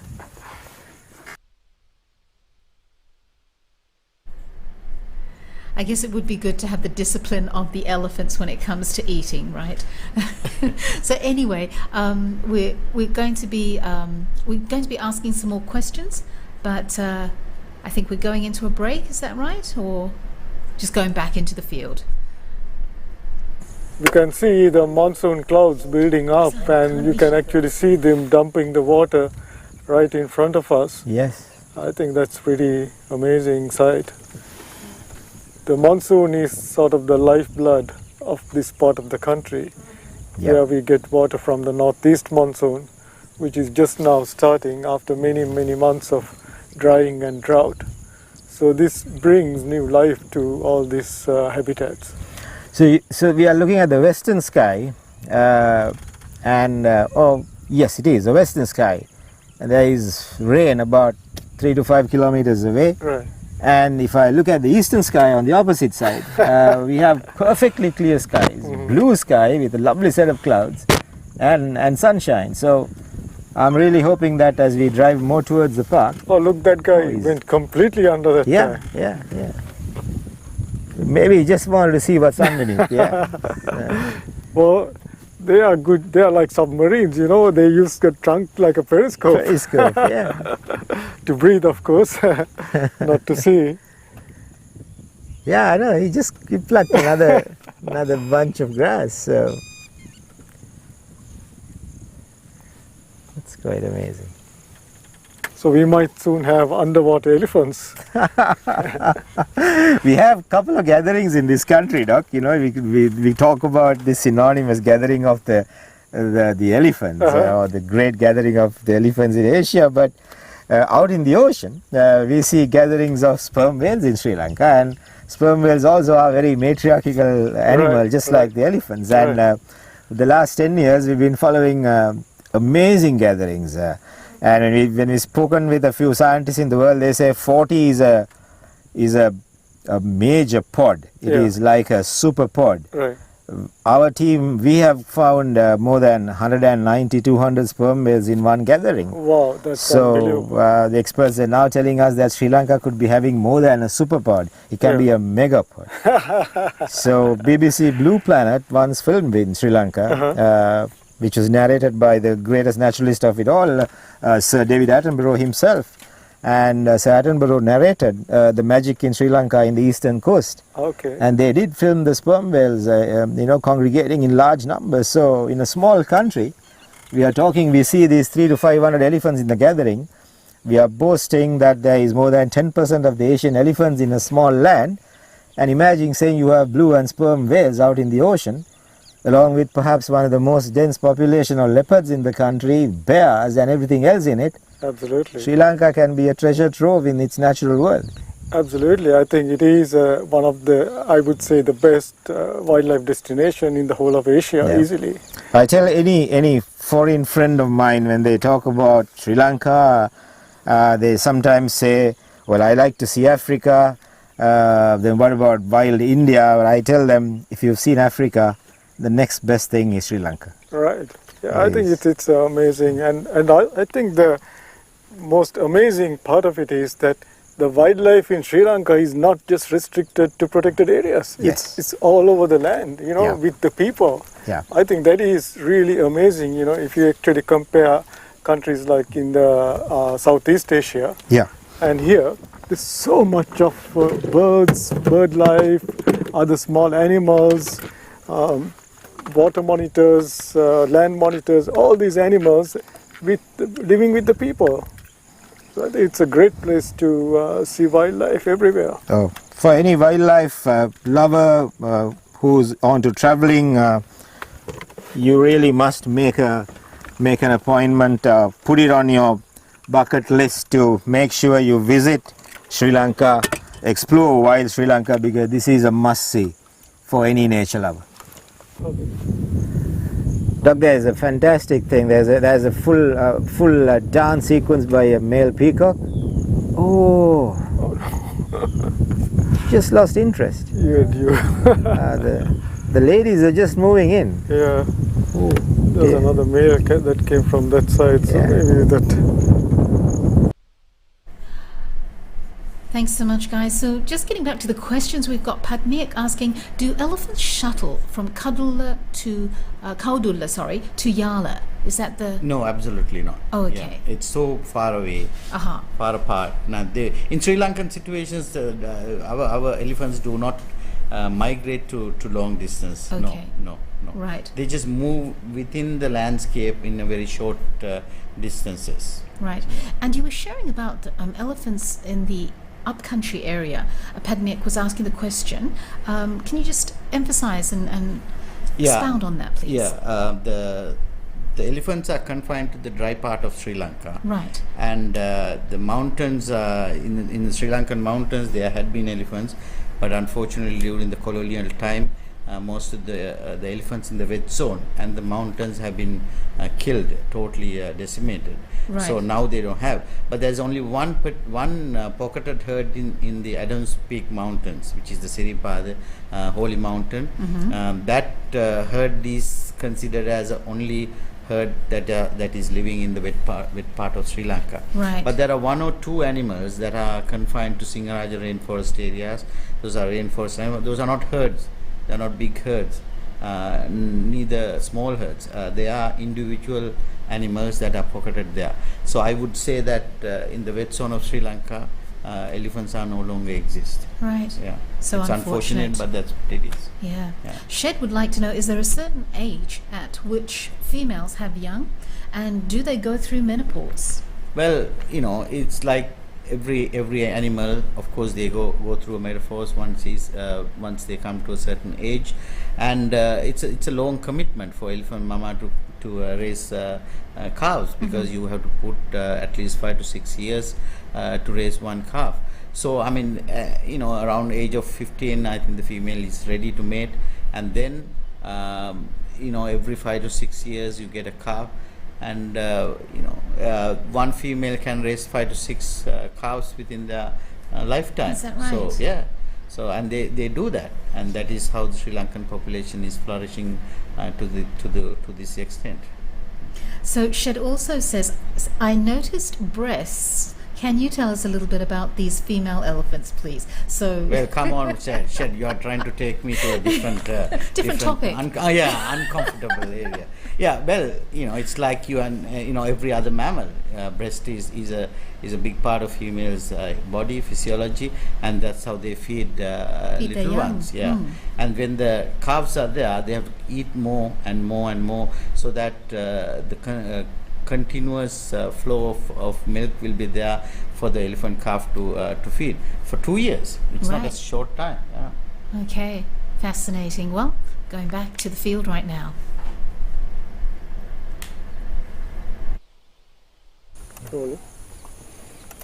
It's a lovely herd of elephants. The sky is clear on the eastern flank, and there is a tiny baby suckling milk from the mother, which is very nice. There is a group here of about 12, 14, 15, 16 elephants coming out.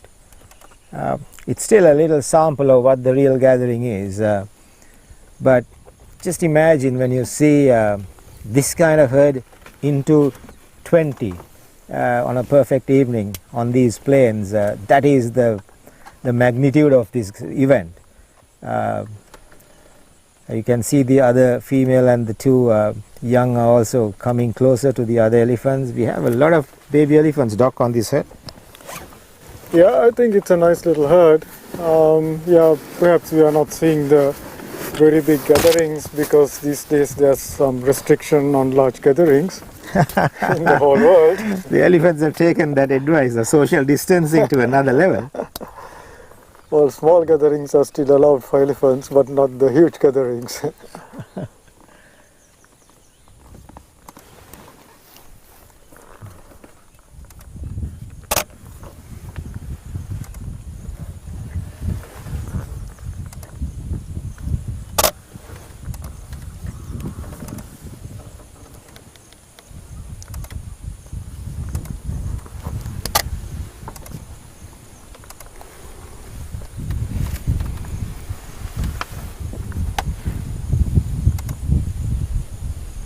Yeah, they're really enjoying the grass, and it's a stark contrast to the two males we saw in the water, Doctor.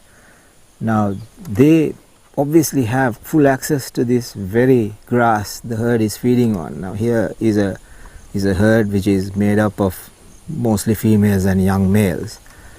But those two smart guys, as you said, kind of discovered that there is something a little more tasty or nutritious there, while the herds, obviously with the young, are sticking to the traditional attraction at Minneria and Kaudulla. Yeah, the herds will always, they are a little bit less adventurous Yeah. than the males. The males are always more adventurous, trying out new things, Yeah. and also exploiting new resources. And that is the very reason that a lot of the conflict, the human-elephant conflict, is caused by males, Yeah. not the herds. Yeah. Because they go looking for that extra bit of nutrition which can help them to, grow faster, bigger, because size matters in the animal world, doesn't it? Especially in the case of elephants, because it's really the big bulls Yeah. that get the chance to mate with females and propagate their genes. Yeah.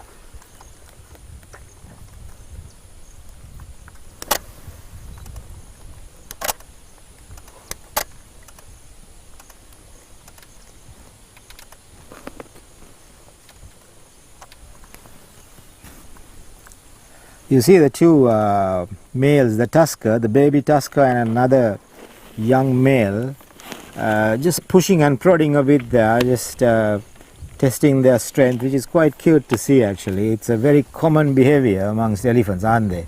They do this almost instinctively because it'll probably help them to do it in the real world when they have to truly push and prod to win mating rights as fully grown adults.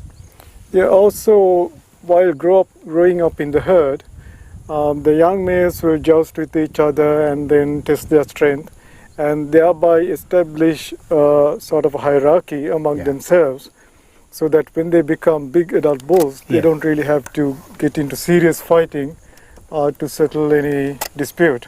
Yeah.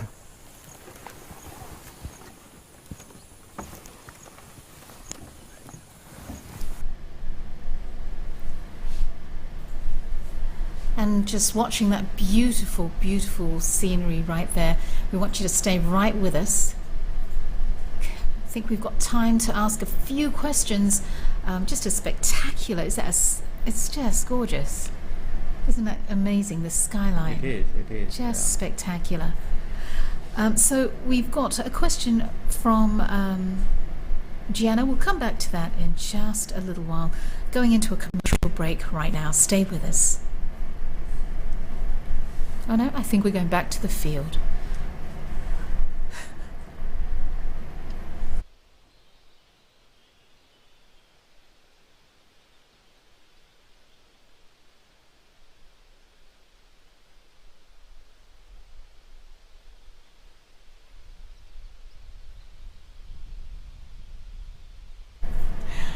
All right, this is the beauty of streaming. While we watch this beautiful sunset, I want to know, how do you feel about deforestation? I mean, it's a known fact. And Gianna wants to know, the habitats are shrinking. It's a known fact. What are your thoughts about that? Well, it's us, we are a small island, and then land is not increasing, and then our head numbers are increasing. So a need of human is growing, and then the only areas that are shrinking is the natural habitat. Right. That is for the animals like elephants. So, but it's an unfortunate situation, but there we don't have any choice. Okay. I'd like to take you back to the field right now. We'll come back to the this.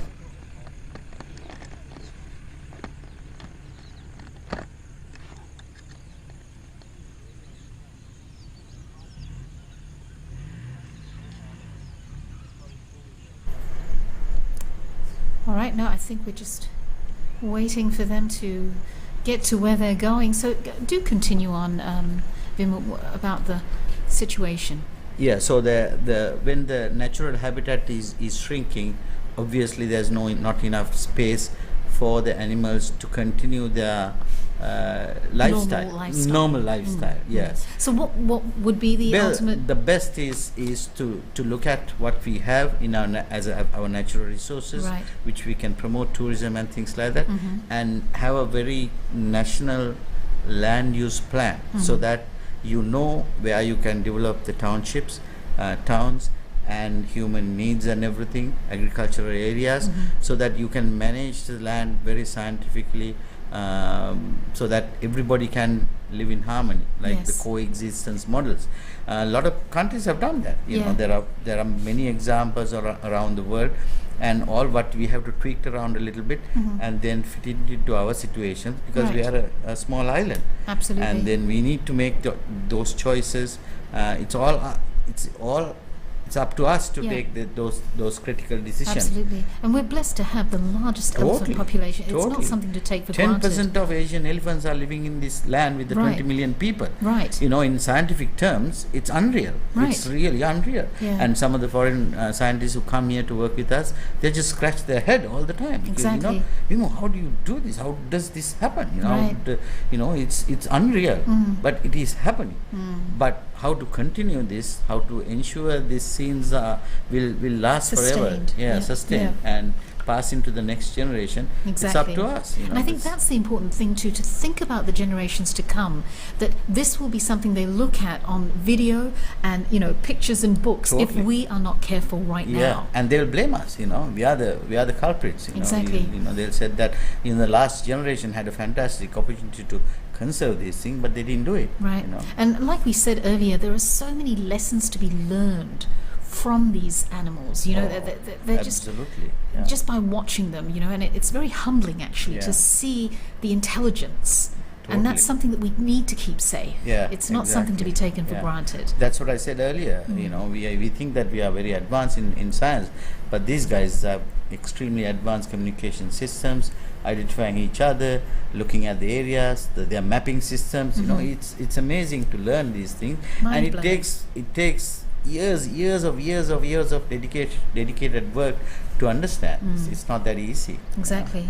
We have a question from Suranga Samarasinghe. He says, any updates on the twins? Have they been seen recently? Well, with the rain, actually, twins have disappeared. I mean, not disappeared. They have not seen in Minneria National Park. Last few weeks, they were in Minneria National Park, but the Minneria elephants have disappeared. I think they may have gone to the Parakrama Samudra side in Polonnaruwa district, or somewhere nearby. It doesn't mean that they are not there. They definitely will be there. So we are also keeping an our eyes, and that's a very special occasion for us as wildlife enthusiasts, wildlife people, wildlife lovers to have twins.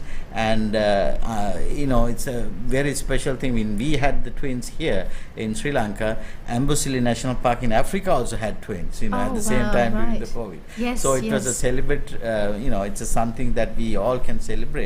But we will keep an eye on that. Definitely. And we'll keep Remind us, how infrequent is that? It is extremely rare. It is extremely rare, and it is. It'll be really a struggle for this mama to feed two hungry cows. You know, it's not that easy. Even for human being, it's difficult.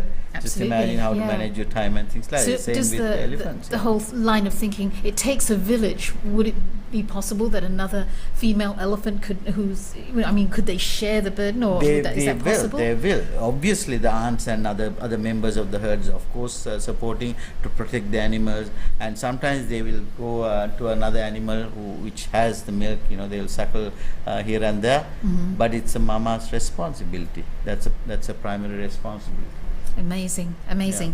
Very quickly, Anne Breeze wants to know, what month is the best to visit the safaris? What would you recommend? The best is this entire gathering happens during the peak dry season from mid-July to mid-October. Right. So I would strongly recommend them to visit these two national parks in the month of August and September. So right. Then you will see large number of elephants and their interactions in a good, very clear environmental conditions.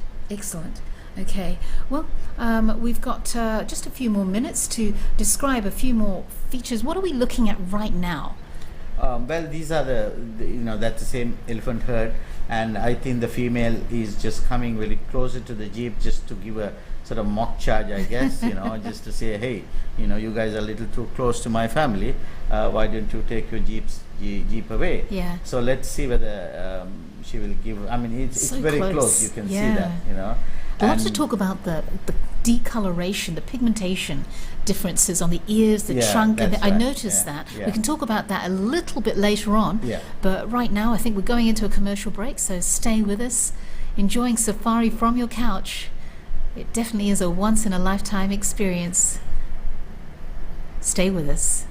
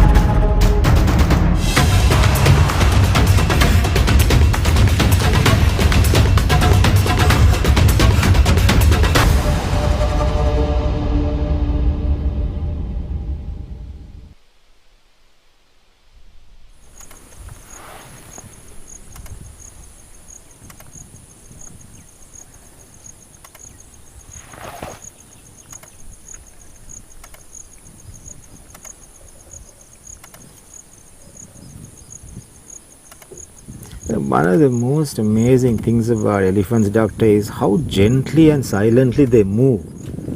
I mean, such a mass of body, weight, strength and muscles, but they almost move just like a large ship in the ocean. It's pretty amazing actually when they're in the forest, when you see them and then you look around and then they're gone. It's like, ghosts, the grey ghosts. They really do resemble. There's a little bit of calling from the other side. I don't know whether there's a bit of communication that is going on between the herd that is coming behind us. Could be, yes. Let's see what happens. And I'm going to talk less now because elephants are getting close. So, viewers, this is almost like the true essence of the couch safari. I'm using a 300mm lens and it's getting almost too close. We're not changing any gear. We are filming and sending you as is. So get a feeling of what it is to be in Kaudulla National Park amongst elephants.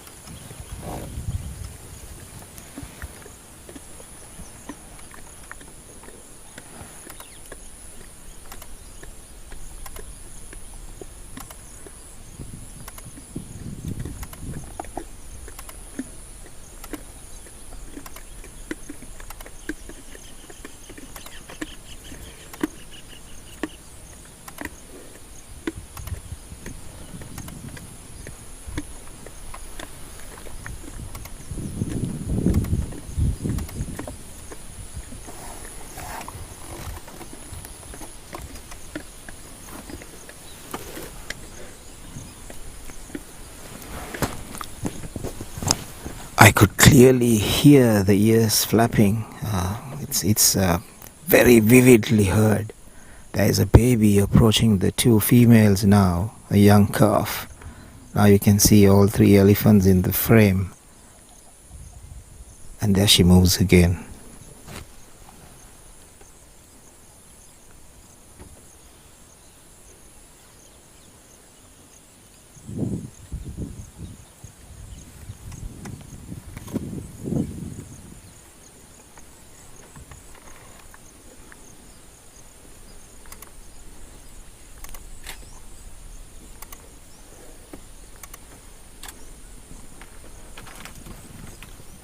She's coming very, very close to the jeep and just avoiding the jeep and walking across.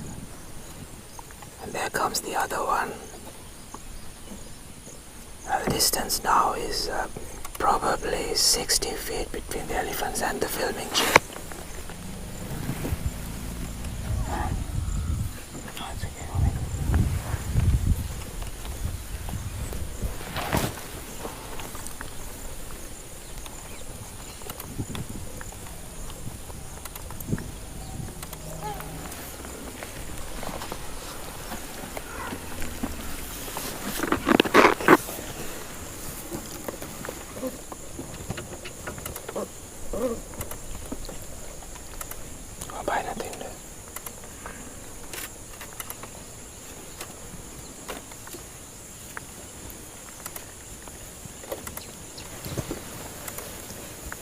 And here comes the young calf, who's following the two females. One of the females are keeping a close eye on us here, right next to the jeep.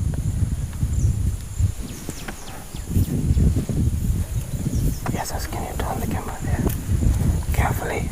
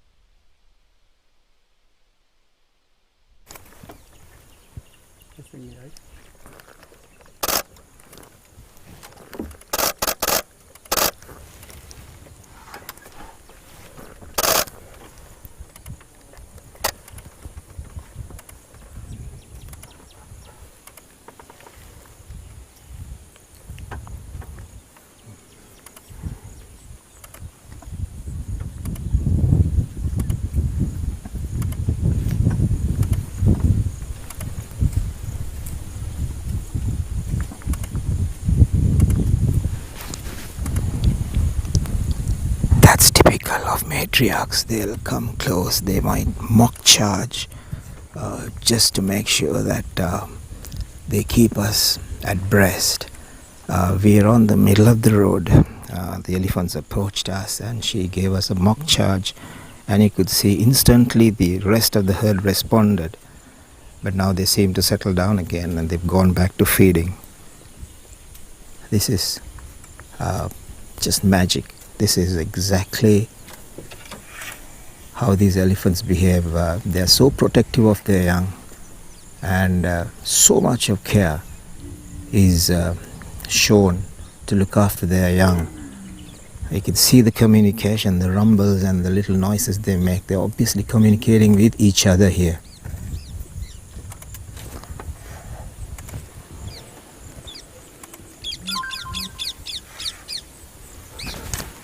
You can see the little calf kept right in the middle of the females, almost for protection. They're very, very cautious through everything to see that they ensure to keep the youngest right in the middle of the herd.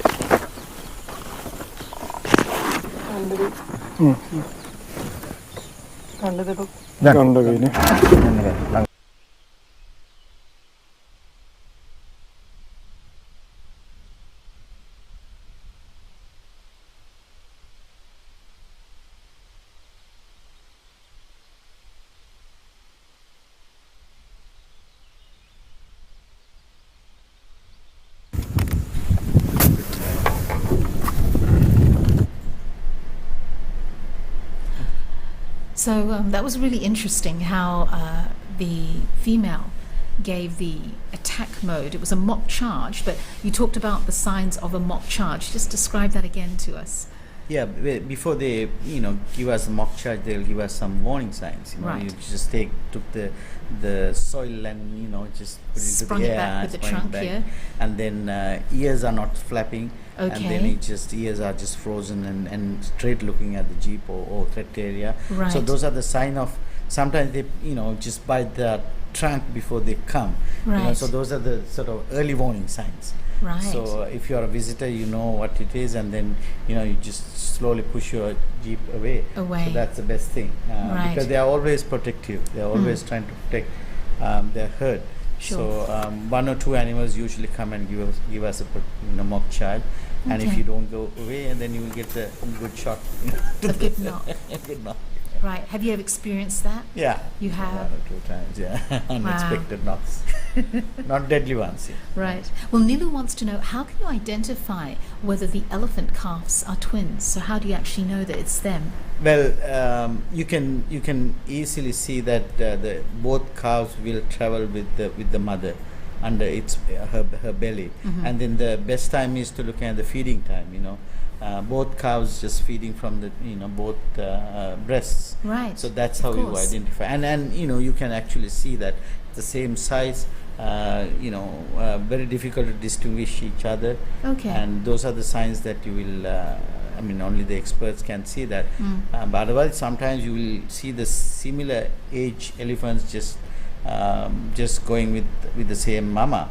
Right. But it's not just a one day of observation. Few days or few weeks of observation, then you exactly know this is actually a One twin. of the twins, Yeah. or both the twins. Twins. Shed wants to know, how did they know that the jeep was not a threat? Because she did withdraw and she walked off. So how did Well, she know that? if you stand still, you are not moving anything, and that is why I said that they are very intelligent animal, and they know that they can assess it. They know that whether this is a threat, whether this is not a threat. If you get down from the vehicle, that's it. They know that that's a different threat. So best thing is to stay away from them. Take a little distance. But in this case, jeep was on the road, and then they were just moving towards the jeep. Yeah. I think our crew wanted to give viewers a special experience. That is why they were there. And fortunately, there's nothing serious has happened. Yeah. Well, very quickly, just want to say thank you for and acknowledge the comments being made by Jacob and Simon regarding deforestation and destroying these natural habitats and the impact that it will have and how important it is to conserve. We did talk about it briefly, didn't we? But we're still getting quite a few comments because people are concerned. I mean, those who are lovers of wildlife and have a passion to see these habitats preserved, there is serious concern. And so we do appreciate your comments and respect your efforts to get the word out there. Nilu wants to know, we did ask that question. Shed wants to know, can you tell us a little bit about the muscles and physiology of the elephant's trunk? Well, it's, there's no bones in the elephant trunk. It's a sort of extended nose, I would say, right. And extended lip, upper lip type of thing. I mean, there are a lot of ring muscles in the elephant trunk. That's how it's made out of, and you can see that when it's going to the water and it's using to drink water, to fight and to eat and everything, the communication. So the trunk is a biggest part of its physiology on survival and on finding food and things like that. So just imagine if we had a long trunk with us. Wonderful. It's like our hand. Taking it back to Chithral and Doctor right now. The two groups are now almost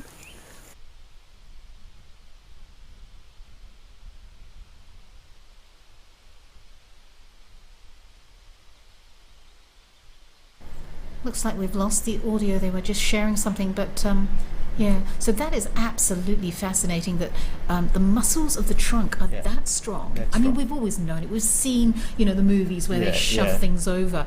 But to think that there's no bones. No bones. And so that's why it's very flexible and they can move twist it around, move things around. Right.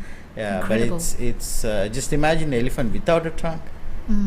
No way that they can survive. Exactly. Shed wants to know, can you explain the hierarchy of this herd? Well, very difficult. We can identify the matriarch and then maybe second or third in sort of a seniority level. But other than it's very difficult. Very difficult, right? Well, but when it comes to the charge or threat level, they'll ask everybody to come together. So we see here a bit of interaction between the two groups that we saw earlier.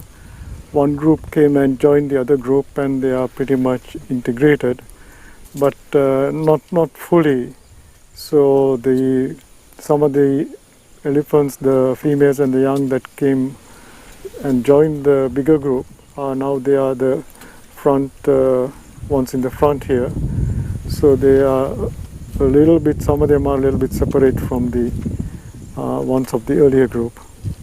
So we don't really know whether this is one group or two different groups. Yes. So, but every time that we see them, if we actually identify the individual animals, then with time we will see whether they often spend time together or not.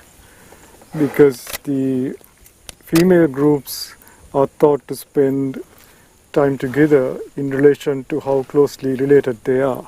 Yeah. The more closely related groups would be expected to spend more time together, and ones that are not related at all, not to really spend time together. So the gathering itself, Doctor, is a gathering of many cowherds. Cowherds meaning little 8, 10, 15, 20, 30 elephant herds that are led by a matriarch. So many such herds gathering together for the congregation, is it? Yeah, so actually the unit of elephant social organization is the mother and the calf. Yes. So that's a female with a dependent offspring. Yeah. And then as the female has calves every 4 years, 5 years, the group size can build up. And so then you end up with about 2 to 3 generations of elephants. The males leave the group when they come into puberty, about 10 years of age. Yep. And so that we call a family group. Okay. So a family group consists of a old female, the matriarch, as you say, and then her descendants. Yeah. But now, with time, the family group will grow, and the first daughters of the matriarch will have their own offspring. Yes.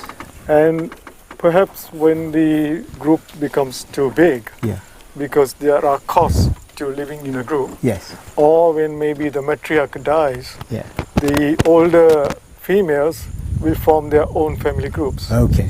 So then you have a second level of social structure, which are related family group that actually are descendant from a single female, the matriarch. Okay. And those are considered bond group, and then you have related bond groups, which are considered a clan. So there is thought to be a very hierarchical social structure, but all this actually goes back to studies done on savanna elephants Yeah. in Africa. Now, whether the same thing applies to Asian elephants, we don't really know.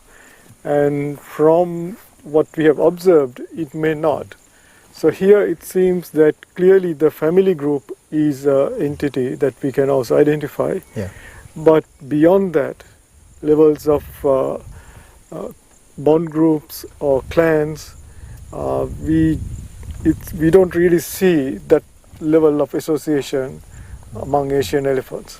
So yes, of course, the large groups of 100, 200, 300 elephants that you see in Minneria and Kaudulla, Yep. of females and young ones, have certainly to be composed of a number of whatever groups. So the question is, are these also all related animals or not? Yeah. So these are things that we are still looking at.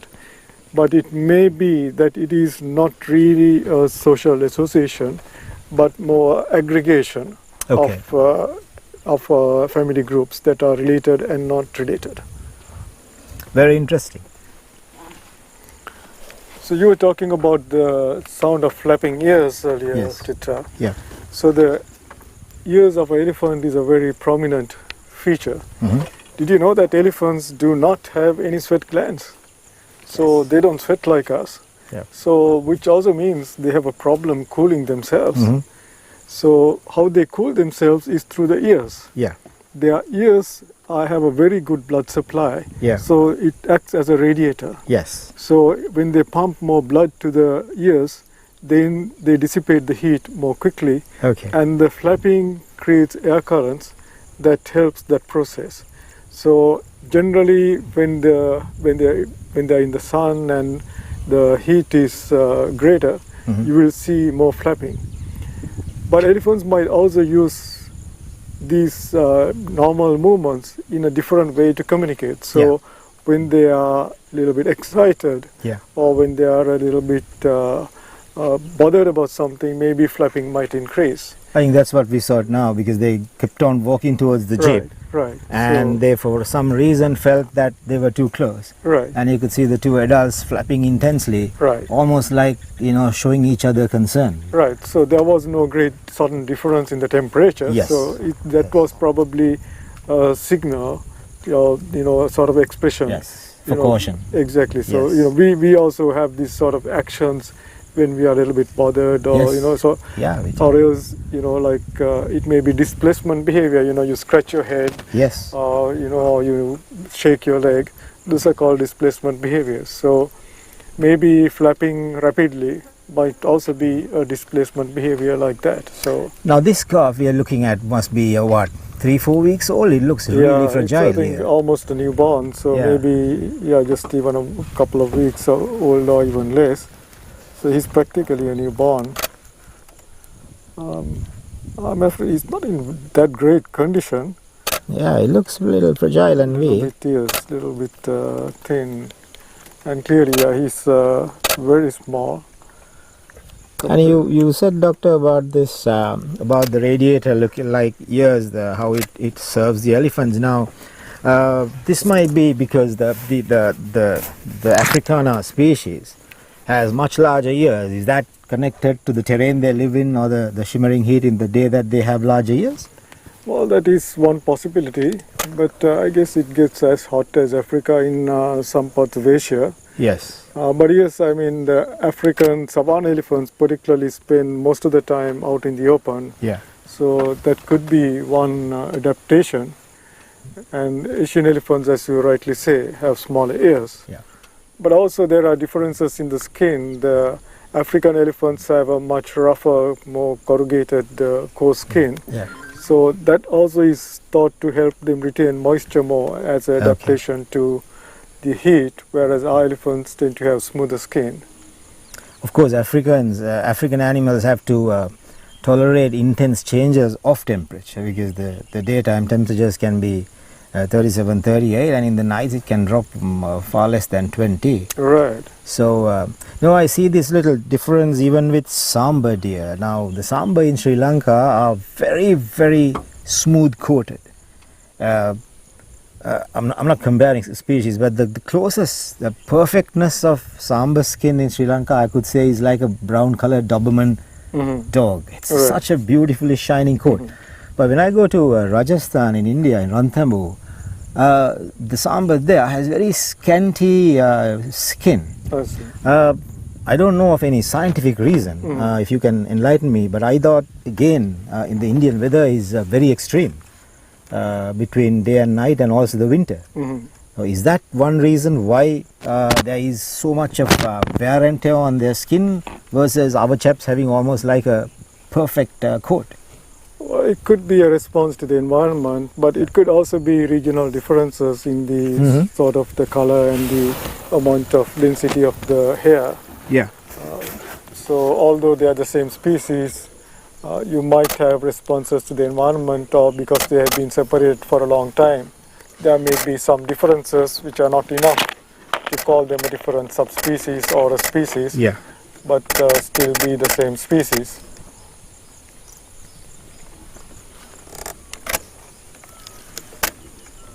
It's something very interesting to observe and compare these little subtle changes amongst the common species who lives in 2 or 3 countries.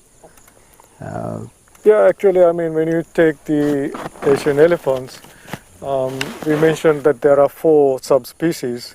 So there's one subspecies in the mainland, the Indian elephant, or Elephas maximus indicus. Then there are 3 island populations, and they are all 3 different subspecies. The Sri Lankan subspecies, Elephas maximus maximus, and then in Sumatra you have the Elephas maximus sumatranus, and in the Borneo island you have Elephas maximus borneensis. So we have 4 subspecies. There's actually a very interesting story about this, Chitra. So originally Carolius Linnaeus, or Carl von Linné, who is the famous biologist who developed this, the scientific naming of animals into genus and species. And so he was the person who actually described scientifically for the first time in the world the elephant, the Asian elephant. So he named it Elephas maximus, and because he based the definition of an elephant, the sample that he based it on was from Sri Lanka. The Sri Lankan elephant became Elephas maximus maximus, the subspecies. But very recently, the main thing that he used to describe this Asian elephant was a fetus of an elephant. And very recently, some scientists looked at this fetus, which is still preserved in some museum in Europe, and they found that was actually a fetus of an African elephant. Oh my goodness. So rightly, then we need to now change the name Elephas maximus to the African elephant. But then they also found that Linnaeus used a sketch of an elephant that was in a European zoo, which was done by Rembrandt, as part of his description. And that elephant's skeleton is still preserved in a museum in Europe. And then they tested the genetics of that, and they figured that it could be a Sri Lankan elephant. So that's a bit of confusion this way and that way. Just managed to make a case for not changing anything and preserving the name.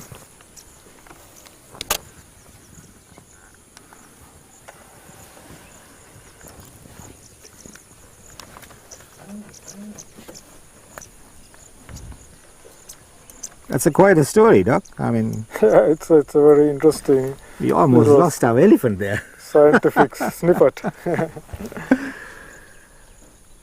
The two youngsters here seem to be enjoying a bit of pushing and prodding again. Like all babies, I believe. With all their eating and the must to eat so much, as you said, about 10% of their body weight, they have to find time to play. Right. And that's one of the significant things about the gathering, where you see so many elephant cubs and so many of them playing and having a really lovely time. Here comes 3 of them with their mother.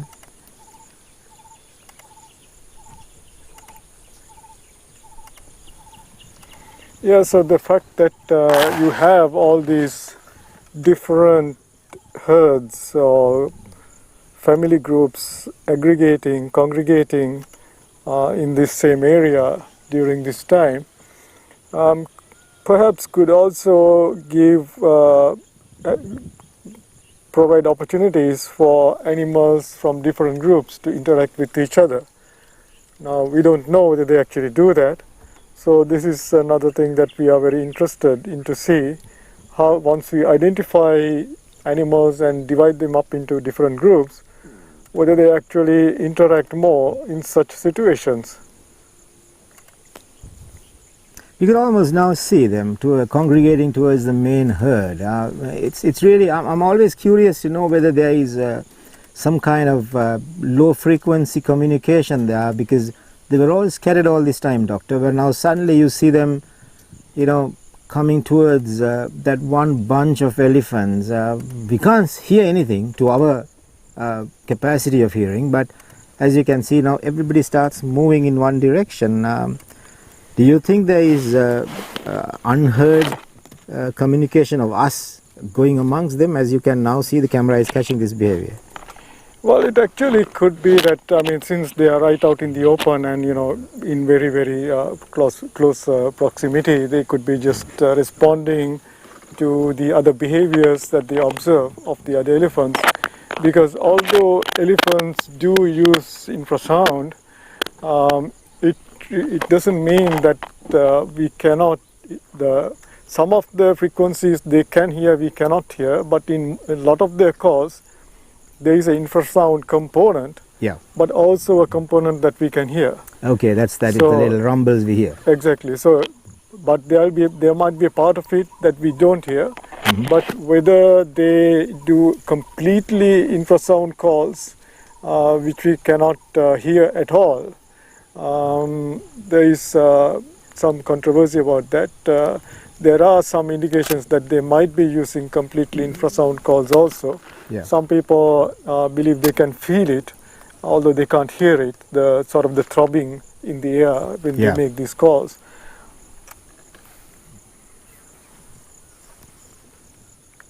Oh, what a beautiful evening. I mean, we've seen the first herd a little while ago in perfect sunshine. Probably today was the best day for us for the filming, Doc. I mean, that initial herd almost had about 40 of them. Yeah, absolutely. I think that was a real window of what the gathering really is. And then we've come across another, almost 18 here. Yeah, and this is an equally nice herd. Maybe less in number, but then still, I think it's really a beautiful setting. The weather gods have been kind to us. There's a little bit of cloud again to the western sky, but as far as the camera could see, that's a perfect evening on the other side. Yeah, I mean, we are still at just the setting of the monsoon, the beginning of the monsoon. Yeah. So you have these spells of rain and sun, which, interchange, which makes it, I guess, more interesting. So it does, yeah.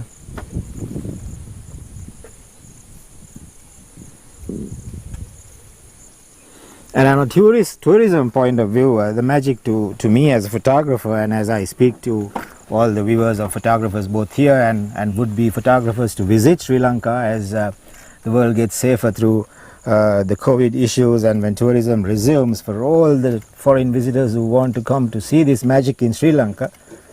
We are just about 25 minutes away from the comfort of our resort hotel. We just driven out 25 minutes. We've arrived at the Kaudulla National Park. Then we've driven into the park another 30 minutes, and we are amongst first group of 40 to 45. Then we have another 20 elephants completely at ease, going about. They are feeding, the little ones are playing, suckling, some are in the water. Yeah, absolutely, Chitral. I mean, even if you came into Sri Lanka from the Bandaranaike International Airport, it's only 3 hours to Habarana and then another half hour to here. Yeah. So that's the magic about this country, because it's a small country, yet the wildlife parks from the capital city of Colombo is just about 3.5, maximum 4 hours away. If you talk of Yala National Park, which we say is the home of the leopard, it is just about 3 hours away from Colombo on the Southern Expressway.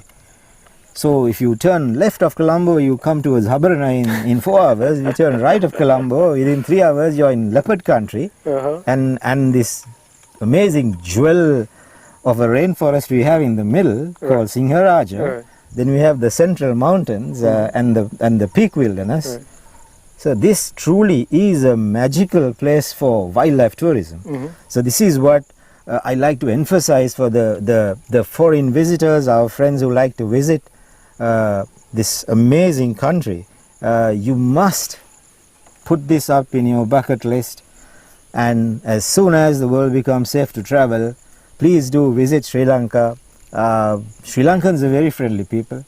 We have great cuisine, unbelievably amazing food. The beaches are there to spoil you. The ancient cities are there to add more mystery and romance to your visit. And if you are a nature lover, you will be spoiled. Let me say that again, you will be spoiled for choice. So just a quick reminder, we have this incredible opportunity for you to win the chance to actually be here in person. All you have to do is post a picture of you on safari anywhere at all and just share a little story about what happened, your experience. Be as creative as you feel you need to be. You want to hashtag it My Sri Lankan Story and hashtag Couch Safari, then take a screenshot and email that to wildlifestreaming@srilanka.travel. Subject it My Sri Lankan Holiday, and just be in to win, because if you win, it's going to be an absolutely spectacular experience, and especially coming out of this lockdown situation that we find ourselves in, it's a beautiful way to end that season. So be in to win, grab those pics and give us a story. That's really important. We want to hear a creative story about that pic. Again, email those pics, a screenshot of the pic, to wildlifestreaming@srilanka.travel and subject it My Sri Lankan Holiday. Looking forward to getting all those entries. The competition is open right up until the 13th of November. All right, and we want to invite you again, any questions you have, we do see them and we'll get to them one at a time. So please keep those questions coming. Sending it back to Dr. and Chitral as well. In that distance, keep the elephants cool, and let them enjoy the evening, and we enjoy just watching them without altering their behavior. So Pimal, api chuttak israhata gamuda. You just pull up about 10 meters, leave them the space.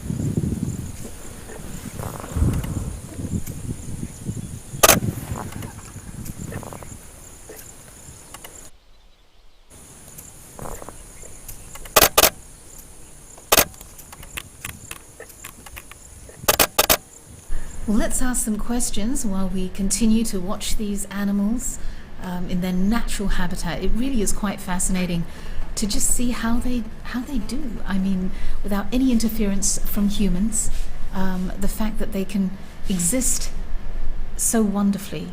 And Exactly, yeah. it's something we don't want to lose for future generations, no, right? not at all. Just got a few more questions here. Venetia wants to know, why do they lift their legs and thump the ground while walking? Well, I think that's normal walking. It's a heavy animal, and then you feel like it's a thump, but it's so normal for the elephant, I guess. Yeah. Right, fair enough. Yeah. Shed would like to know, where would you say is the best place to stay on a budget near this particular park? There are plenty of budget hotels around Habron and that area, and its driving time is about 15 to 20 minutes from Habron to any of these parks. And so please do get in touch with us and go to the web and check. There are plenty of budget hotels around Habron area. Fantastic.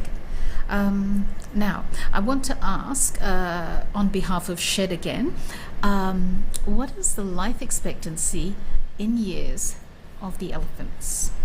Well, technically they can live up to about 70 years. It's like our life expectancy. But in the wild situation, I don't know whether they will last for 70 years. They have to face many environmental conditions, many obstacles to stay that long. But average, life expectancy is about 70 years. Right. Samira wants to know, could you please explain what must is? Yeah, must is Samira is a sort of a, when male elephant becomes sexually active, there's a gland between eye and the ear, both sides of the cheek, and tiny hole, and there's a liquid just comes out of that tiny hole, and it has a very strong odor also, so that the females also can sense it. And during the must time, the male elephants travel almost 5 times the normal home range, and they don't eat also. They don't even stop to eat. They just travel, try to find a mate. So that's a very sort of a very energy wasting, not wasting, I would say, energy consuming process.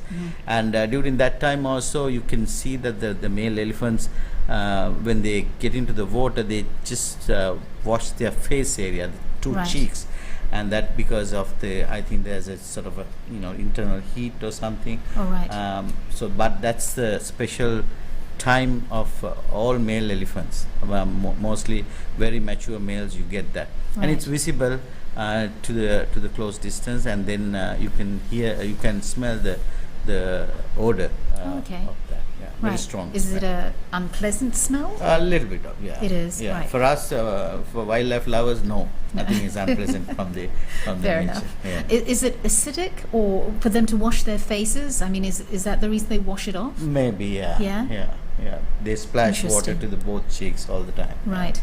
Ranija wants to know, how socially bonded are the elephants? My God, it's like you can see how socially strongly bonded they are. Right, yeah. The male elephants, of course, when they become puberty, get ready to mate, they'll chase out of the herd. That just to stop the inbreeding. That because it's like human society. We don't want to mate with your sisters, your aunts, or something like that. Really? Okay, Yeah. So that is why the male elephants just leave the herd, and they have to find a different herd to pass its genes. So it's a very competitive environment for male elephants. Right. But female elephants and the entire herd is extremely bonded. Not only that, sometimes the related elephant herds also very much they know each other. Even though they get separated as another group. So that is what you call the social behavior of elephants. It's fascinating that even though if you spend so much of time, very difficult to understand their bond. But definitely it's a very strong bond. Right.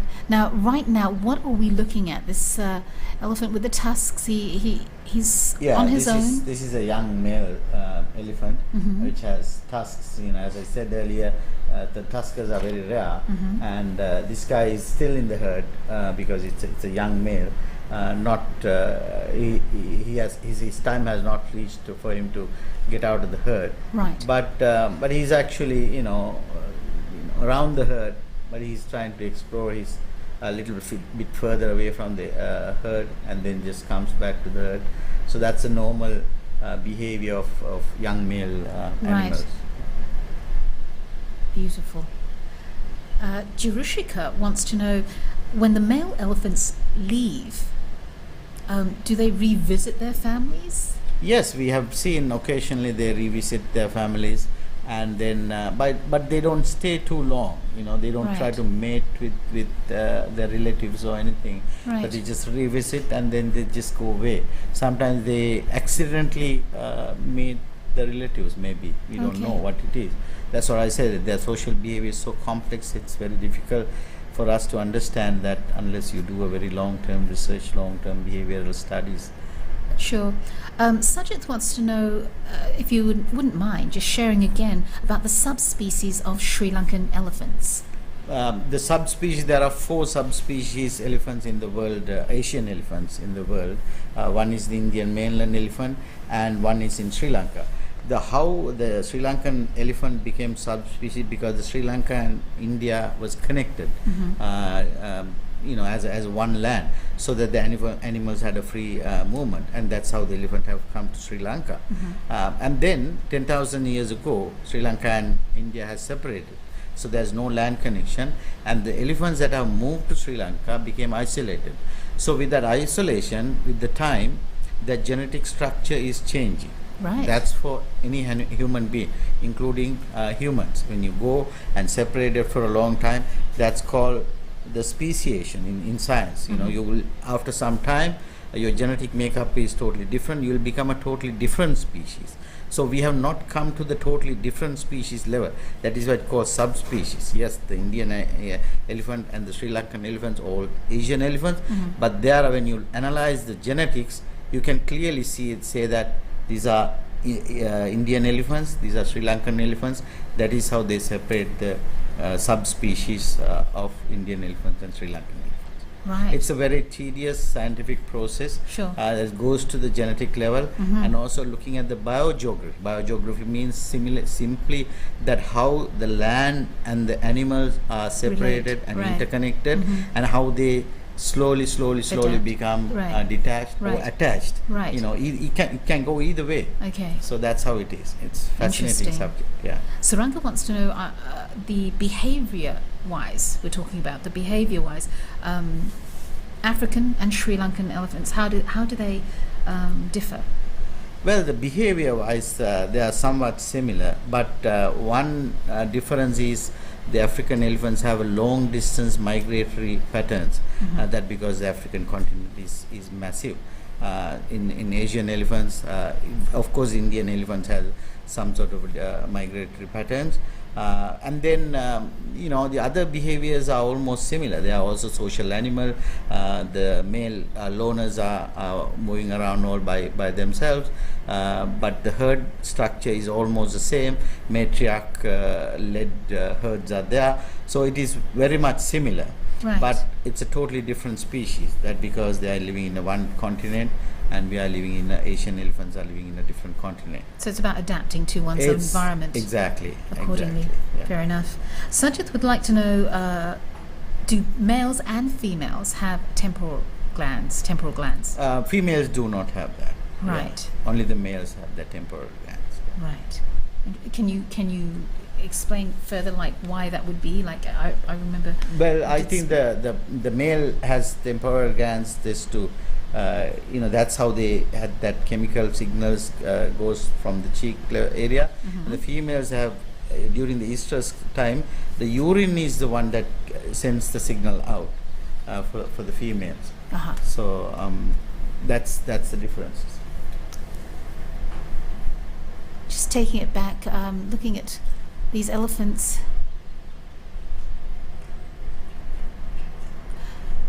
Just sending it back to Chitral right now. He's going to explain what we're looking at this moment. Yes, so this question I wanted to ask you was, sometimes you have elephants that causes trouble. Yeah. And sometimes because they cause trouble to people too often, the authorities are requested by the people, Yeah. sometimes supported by the officials, to move them. Mm. And you have situations where you move elephants, you tranquilize them, you take them to a far different area. Yasas, there's lovely action, get that on the camera. But does moving elephants actually work, doctor, or do they have a very strong homing instinct where they just come back to where they were? No, what we have found is, so what you want to try and move is elephant, like you said, that actually creates problems. So maybe goes into villages and breaks houses, Yeah. or is very aggressive towards people and maybe has killed somebody. And then often there are, wide protests, and the authorities are compelled and pretty much forced to catch those elephants. So the problem is, with the Department of Wildlife Conservation, Yeah. we have tracked about 25 of these animals that were translocated in this manner. All of them were adult bulls Okay. that were captured in areas with people. Let's take that. And then they were released in protected areas of the Yeah. Wildlife Department, national Yeah. parks. Not a single elephant that was released in a park remained in that park. Vimal, You might have to අපි go- පොඩ්ඩක් ඉස්සරහට ගමු මේකට ලං වෙනවා වැඩි. As you can see now, suddenly the elephants suddenly take notice of us after playing, and when they feel that the distance is not enough, they get aggressive. So what we do, we just kind of drive a little more. Tadiya gan Vimal. Let's go a little further, little further, little further. Stop engines. Engine please. Oh, that's nice. You can see that little bit of touch on the trunks. That probably means a lot to them. Yeah, so that is. We might have to And keep this moving a one's bit. getting a little ambitious now. Vimal, Yeah. take a Vimal, අපි තව ටිකක් ගමුද? A typical case, they learn to be a little aggressive as it goes on. She obviously is probably one of the senior females, Doc. Yeah, I guess we might as well give them a bit more. Yeah, let's just move out distance. another 5 meters and Top of the gun. තව ටිකක් ගන්න පියුමල්. Yeah, okay. All right. Yeah, that should do it. We'll watch from here. Perfect. Thank you.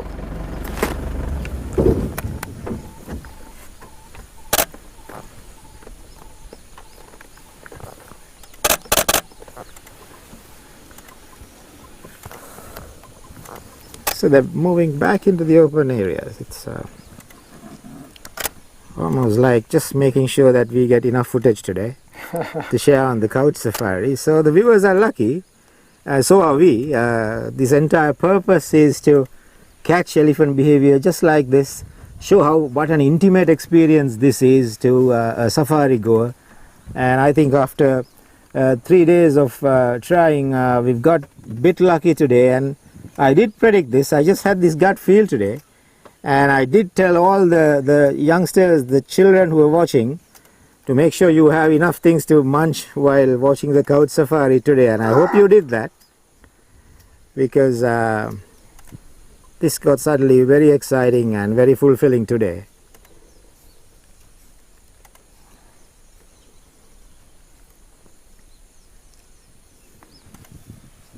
So for all the lovely comments, the well wishers, even some of the constructive ideas the listeners who have given us, thank you very much for all that. We take all that on board.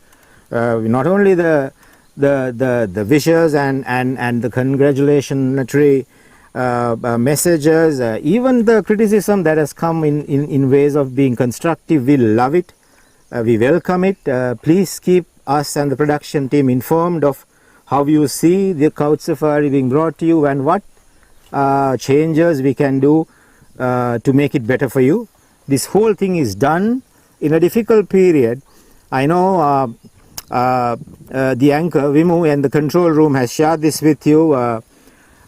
These are troubled times in the world. As you can see, most of Europe has gone into a lockdown. There are issues in the USA, our neighboring country, India, and there are also issues to some extent in Sri Lanka.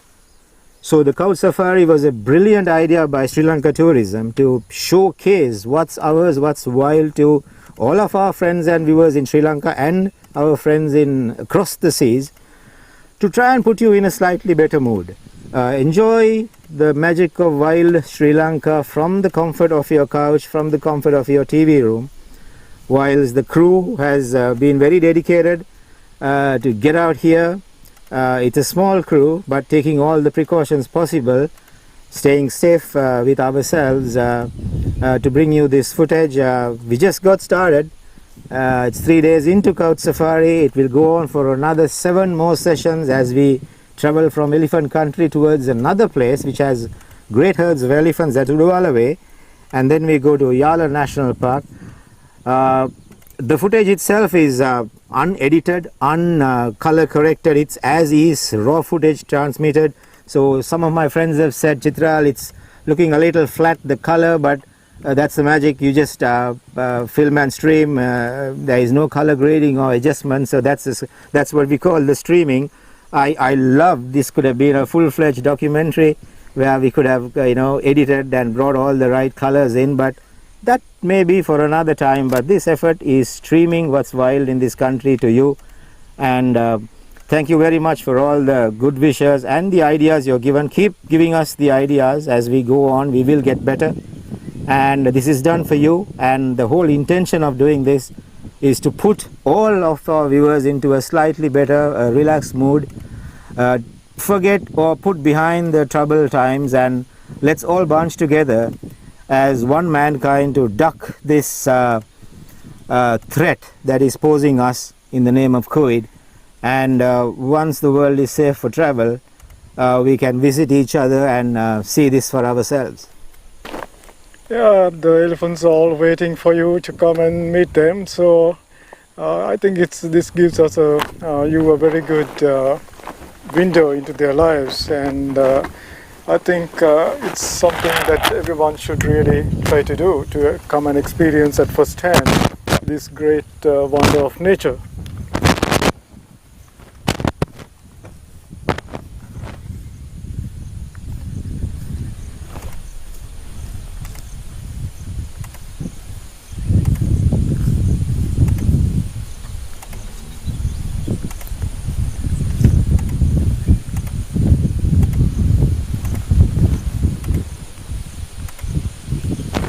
I just realized something, Doc. It's almost funny. I just stopped talking and I feel so peaceful. There's nothing else that is making a noise. Yeah, you can hear the elephants munching. You can hear the elephants munching, and I'm almost guilty that I was talking too much. Maybe we should have a couple of minutes of just the elephant sounds. Maybe we must suggest the production team, they put us some good warm coffee on the jeep so that we can enjoy the coffee and talk less. Oh, there you go again, 2 juveniles having a little joust with each other. Yeah, it might happen again. Yep. Oh, the 2 adults are also with their trunks on each other's mouth.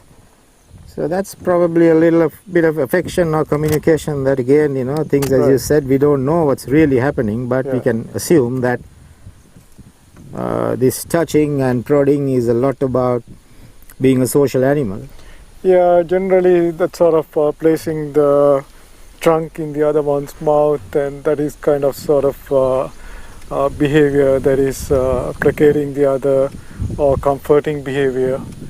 So elephants are social animals, so they do a lot of gesturing, they do a lot of contact, posturing. So we don't really know what it means, or we don't understand. But I think that those are things that we would really like to try and interpret.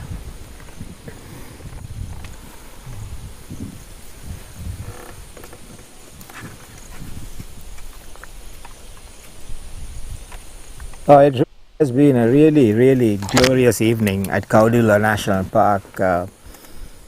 I was a little nervous when the rain set in as we started. We know the irrigational requirements have also filled up in area. As you see, the next season to cultivate is upon us, so the stock tank process takes place of facilitating irrigation. So when the water levels rise, the elephants naturally disperse.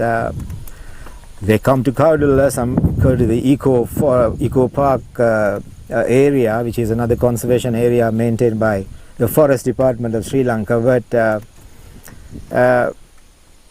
just at the very edge of the season, we've had a really glorious day at Kaudulla National Park, seeing more than 60 elephants out in the open in fantastic sunlight as we started, and then now in almost shady, cool conditions, going about doing their thing, feeding and completely relaxed.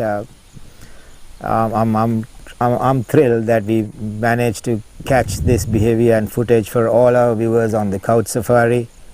I think we all got lucky, that is us and the viewers. So I strongly believe, Doc, that when you work with Mother Nature, patience is the key. I have a very dear friend, an American adventure wildlife photographer by the name of Amos Nachum. And I met Amos 12 years ago, and we were looking for whales and leopards.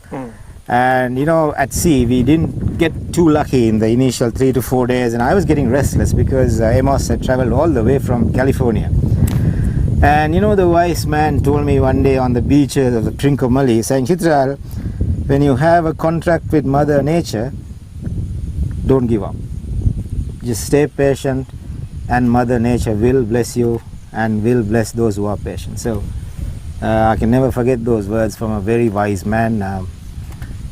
And I think what happened this evening is true to the word.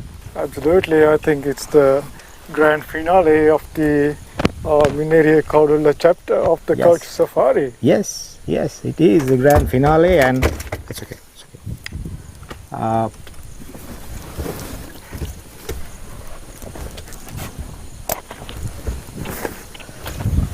And in very soon we'll be driving cross country to Kaudulla National Park. Again, pretty much elephant country, but then the terrain is very different. The trees are different, the bird life is slightly different, and the occasional leopard can be seen. Occasional leopard. And after that, thanks Yasas for telling me that. You can actually see on camera an elephant flat on the ground taking a break. Now this is very interesting. And Dr. Pruthu told us this yesterday, that they do take breaks when they are really tired. And camera 2, which is on the opposite side, is probably getting a really close shot of that. And it's actually the tusker. Oh, it's the tusker. How he was running around so much that he got tired. Oh, that is so cute. Yeah, so Nuwan must be getting a full frame shot of the tusker just going flat on the ground, taking a break, and he's now getting up. So it's a bit of a snooze, and he's up now.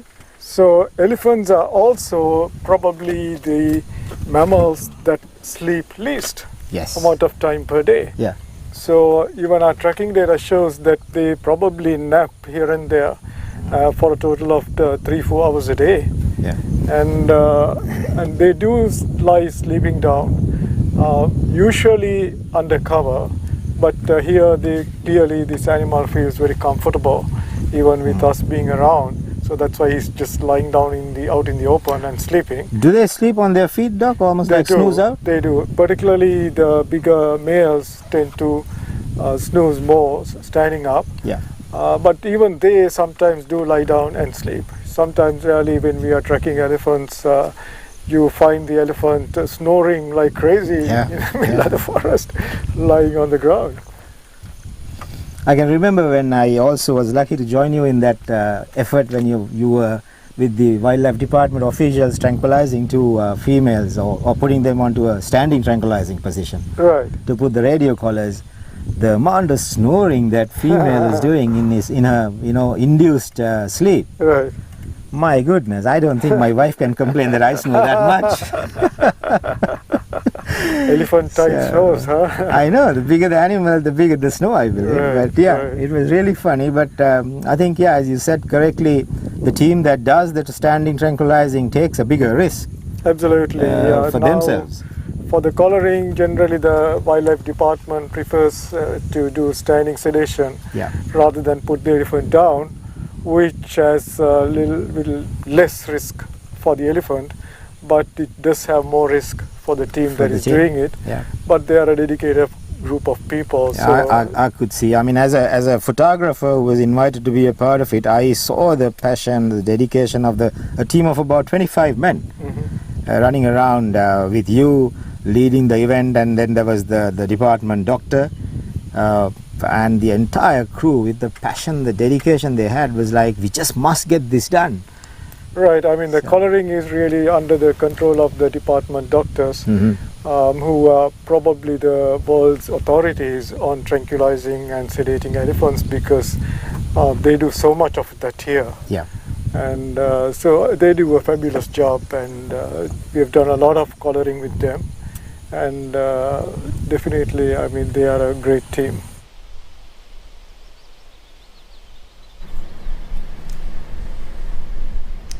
Well, it has been absolutely spectacular and just very exciting to be able to give all of you watching the opportunity to see Sri Lanka like this from the comfort of your couch.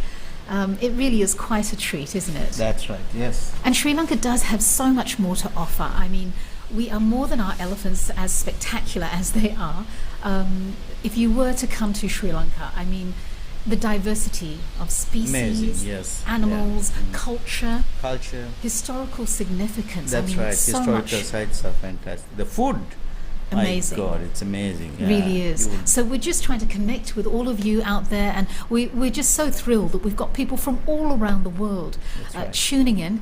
And of course, this is not the end. We're back again tomorrow, local time 7 a.m. And tell us a little bit about what you can expect tomorrow. Well, we are going to go to Kaudulla National Park.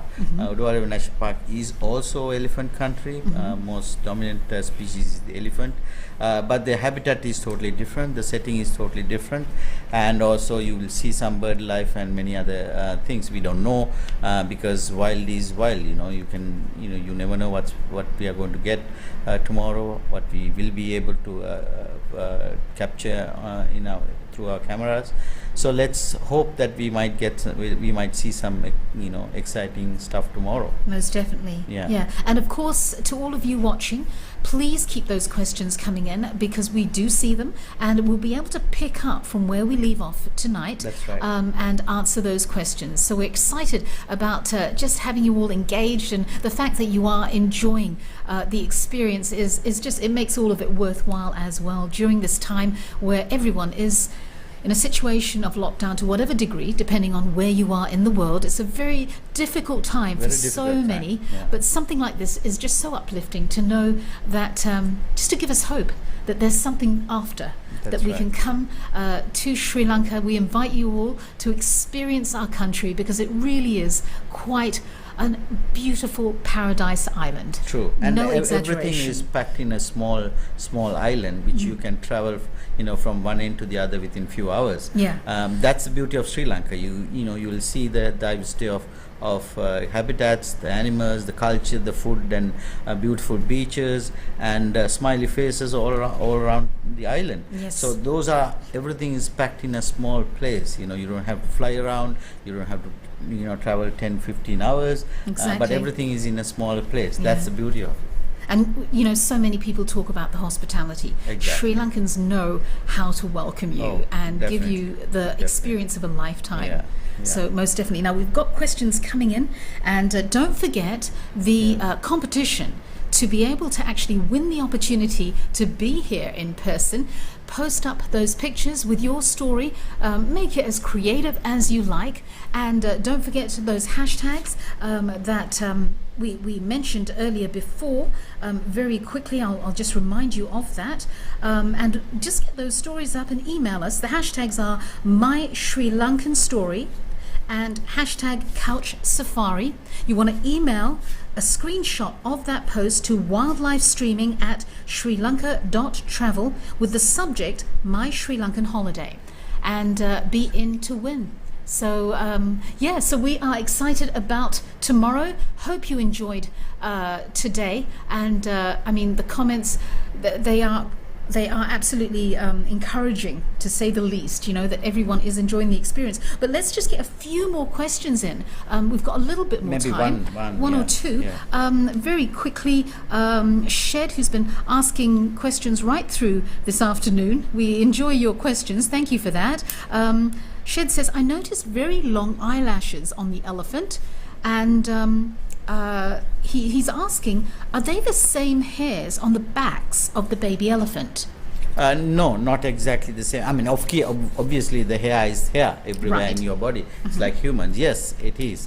But it's shorter, and the baby elephants' sort of hair is longer when they're small, but they're getting shorter and shorter when they get older. Right. And that's how it is. Yeah. Fantastic. All right, well, we'll promise we will get back to those questions tomorrow, but do join us. Enjoy our Couch Safari tomorrow at 7 a.m. We look forward to seeing you there. Have a great evening, be safe, and take care. Thank you so much.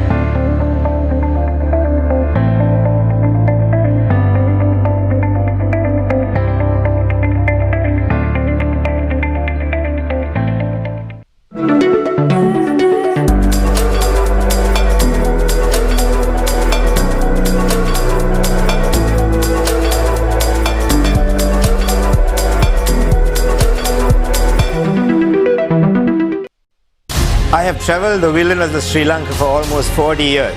This November, we take you on a safari like never before, where we travel to see the great gathering of elephants at Minneria and Kaudulla National Parks. Join me as we travel the wilds of Minneria and Kaudulla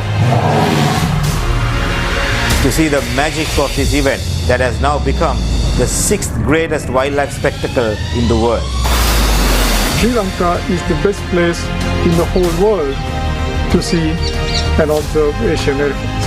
So we know many of the elephants as individual personalities. We then travel to elephant country, which is Kaudulla National Park. You will be traveling with a group of experienced wildlife photographers and enthusiasts who will be able to tell you lots of stories, lots of experiences, which is much better than a normal safari that you would go for. We then arrive in Kaudulla National Park, which is the home of the leopard in Asia. People say that leopards are elusive, Yala's leopards proves you wrong, as they walk the day as much as they walk the night in this amazing wilderness. They're not only bringing you the unique wildlife of this small island nation, but also the stories that are connected to them from the experts who have worked in the field tirelessly. Let me take you close for an immersive couch safari this November. This is the first in Sri Lanka. Don't miss this experience.